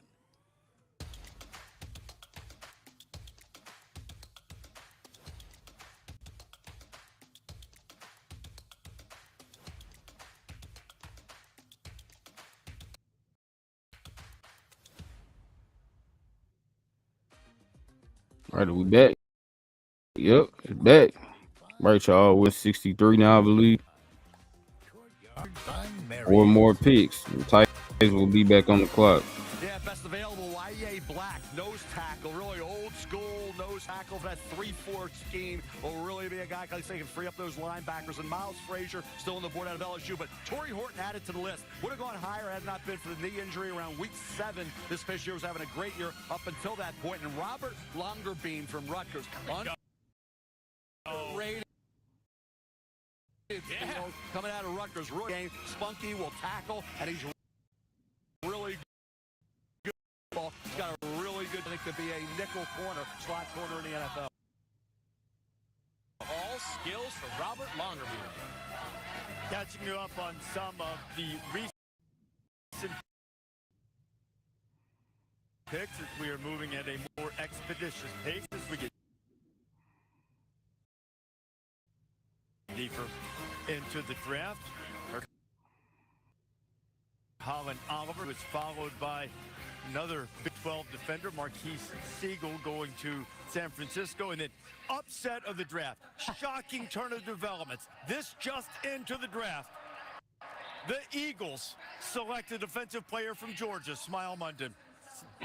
It's shocking to me. Never happens. First time. Never happens. Finally, the pipeline has been established here, Reese. Jets got Francisco Malinois from Miami, and Mitchell Evans, tight end from Notre Dame, went to the Panthers. Let's have a look at Smile Munden, who makes a lot of defensive coordinators smile. And Reese, let's start here. It's a 5th-round pick, so I don't want to go overboard about the idea this guy could become a starter. But keep in mind, the Eagles Eagles drafted Jahad Campbell. Banged up right now. He underwent Abrams surgery after the combine. We'll see whether he is ready for the for the start of this upcoming regular season. But inside linebacker remained a need for Philadelphia after that selection. But Munden down there at the Senior Bowl, look a kind of guy looks very comfortable covering a lot of ground in the passing game. Played for Kirby Smart, so by default, you know that he has some football instincts and some football intelligence as well. Has excellent size. Smile Munden, a player that I thought would go quite a bit earlier than this.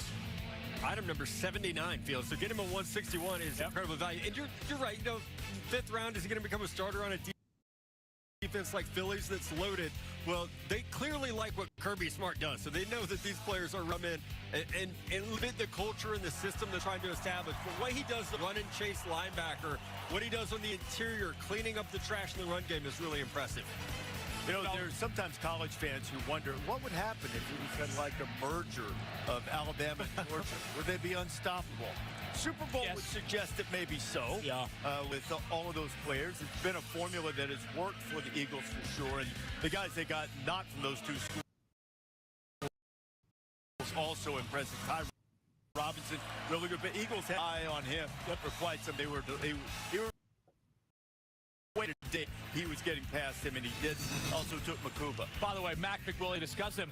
I think of Amik Robertson, most recently of the Detroit Lions right now. When I thought of Mac McWilliams' tape during his days at UCF. Size, yeah, but man, that's a pest in the second. He was up for the challenge regardless of the size of the player that was playing opposite of him. Has some feistiness to him in the running game as well, and some very good ball skills. One of 2 UCF defensive backs that could be drafted. His teammate B.J. Adams perhaps a little bit later on in this exercise. A nickel corner, by the way. The team traded away Chauncey Gardner-Johnson back to the Houston Texans earlier this offseason. All defense for Philadelphia Eagles. And you think about where they are right now, this football team, Lou, bringing the kind of personnel. They're afforded the opportunity to wait on Jahad Campbell, who would have gone much higher. That was kind of the theme of this draft. A lot of guys banged up that were being pushed down the board because of injury, and Campbell being one of the top guys in that area would have gone that's facts. That's facts. Look, I think, Andrew Makuba, it's just, I know there's a lot of teams right now and a lot of fan bases that are going, how did we not get Andrew? How did Andrew Makuba wind up in Philadelphia? Like, how are they cornering the market on guys like this? Pound for pound, maybe the toughest player in this draft, one of the most explosive players in this draft, and one of the best hits I've seen in college football in years in that SEC title game. I tell you what, man, they had a couple of guys back there in the secondary for that team. Tremendous. Janae Barron gets selected as well earlier in this draft. Most recent pick off the board, Mitchell Evans, outstanding, kind of quintessential big fella tight end from Notre Dame, going to Carolina. And now the Pittsburgh Steelers about to make a pick in a place that has grown to love American football, Dublin, Ireland. Hello, everyone. I'm here in beautiful Dublin, Ireland at the historic Croke Park Stadium, where the Pittsburgh Steelers will take the field this fall in the NFL's first ever regular season game in Dublin. With the 164th pick in the 2025 NFL Draft, the 6-time Super Bowl champion Pittsburgh Steelers select Y.A. Black, defensive end, Iowa. Oh, here we go. And another one to move off of Mel's best available board. Race everybody who wants now guys to get upfield and be just find the old school guys, the throwback guys, the 6'6" Y.A. Black. They're just not out there anymore. This kid is, for the Pittsburgh Steelers, that nose tackle. And Lou, you talk about in field and Matt, a guy who can clog it. He can free up those linebackers, and I tell you what, recognition skills, I thought he was practicing against Tyler Linderbaum early in his career. He got beat up a bit by Tyler, right? He grew from that and developed his season into a guy that became more productive, 34 tackles, 7 tackles for loss. Y.A. Black, I think, underrated because, again, you cannot find guys this size, that type of talent for that 3-4 scheme on a regular basis. Well, and he had his best year, and that's what I always want to see with these guys. Are you an ascending prospect? Now, he struggles with pad level a little bit. Mel mentioned the size. His best trait and his biggest curse at times. So I think he has to learn to play with a little bit better leverage. But, man, the Pittsburgh Steelers, when you think about big nose tackle, someone that can just play in that Casey Hampton role and control the line of scrimmage, Black is that type of fit and that type of scheme fit for Pittsburgh when they want to run that 30 front. And I would be interested to see, you mentioned the tackles for loss. What is his pass rush potential? Because I think we started to see some of that flash this year, and it still has to be developed a little bit. Maybe once we get that pad level down, it's going to help out. Chargers made the pick here late in the 5th round.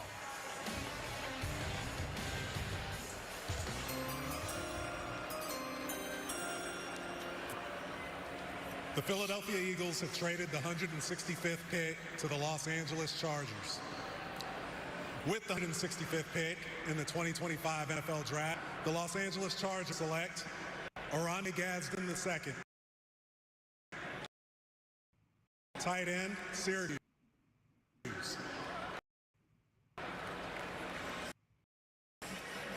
He was one of the more dangerous season. Of course, he's got the great line with his father playing in the NFL. Yeah, Mel scouted his dad way back in the day, and this is a player who's a quick basis in 2022. What all FBS tight ends in receiving yards. He had the most catches by a Syracuse tight end in a single season in program history. This guy is excellent at generating separation at the top of the routes. You see him playing a lot of his snaps from the slot or even lined up outside here. Here's the reality with Oronde Gadsden II. If you're asking him to get moving in the running game as a blocker, you've chosen the wrong player. But if you want to find a guy that can help you pull the field up the seam now, you got a chance. Yeah, he came back from the foot injury, and he caught everything. Oronde Gadsden II. And obviously, you talk about Winston-Salem State, undrafted free agent in 1995. Caught Dan Marino's last touchdown pass his dad did. That's the second. This is a kid that can. You get him in his area, Lou, whether it's off target or on target, he's going to catch the football. Again, think about how Joe Horowitz and Jim Harbaugh are building this football team. Look at the profile of the people that they pick. Yeah. Size. Big, strong, size. They want size all over the field. When the Chargers come out of the tunnel in 2025, that's a nice, big, young crop of draft prospects right there that they're going to get a lot of mileage out of. When the Chargers need another tight end, that's an area of concern. We talked about maybe they could even go there in round 1 if a player fell. There were other players last year. Yes, it's coming up. Looking down at my phone, yes, the Titans are coming up. Ooh, then that's a nice pick. Really nice pick. Chargers celebrating the drafting of Oronde Gadsden II deep in the 5th For the Titans, I'm looking at running back, edge rusher, and cornerback. Potentially defensive line, but really running back, edge, and corner. Now we get to hang out with NFL fans all season long. Butterfly. Wait, what?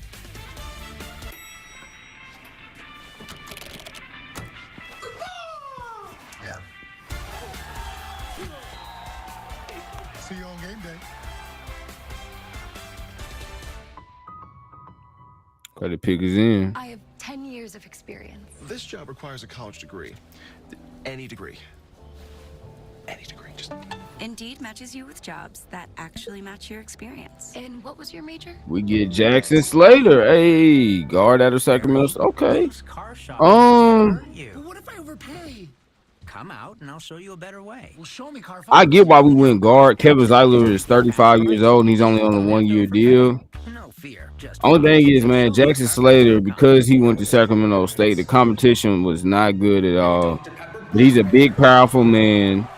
He is decent on his feet, but just very strong. Really, that's the name of his game. Kind of a throwback type of offensive lineman. And he'll be decent there for his good developmental prospect. So, yeah, solid developmental prospect for us. Okay, I'm not mad with that. Think we would go guard. I thought we would go again corner or running back. Good developmental.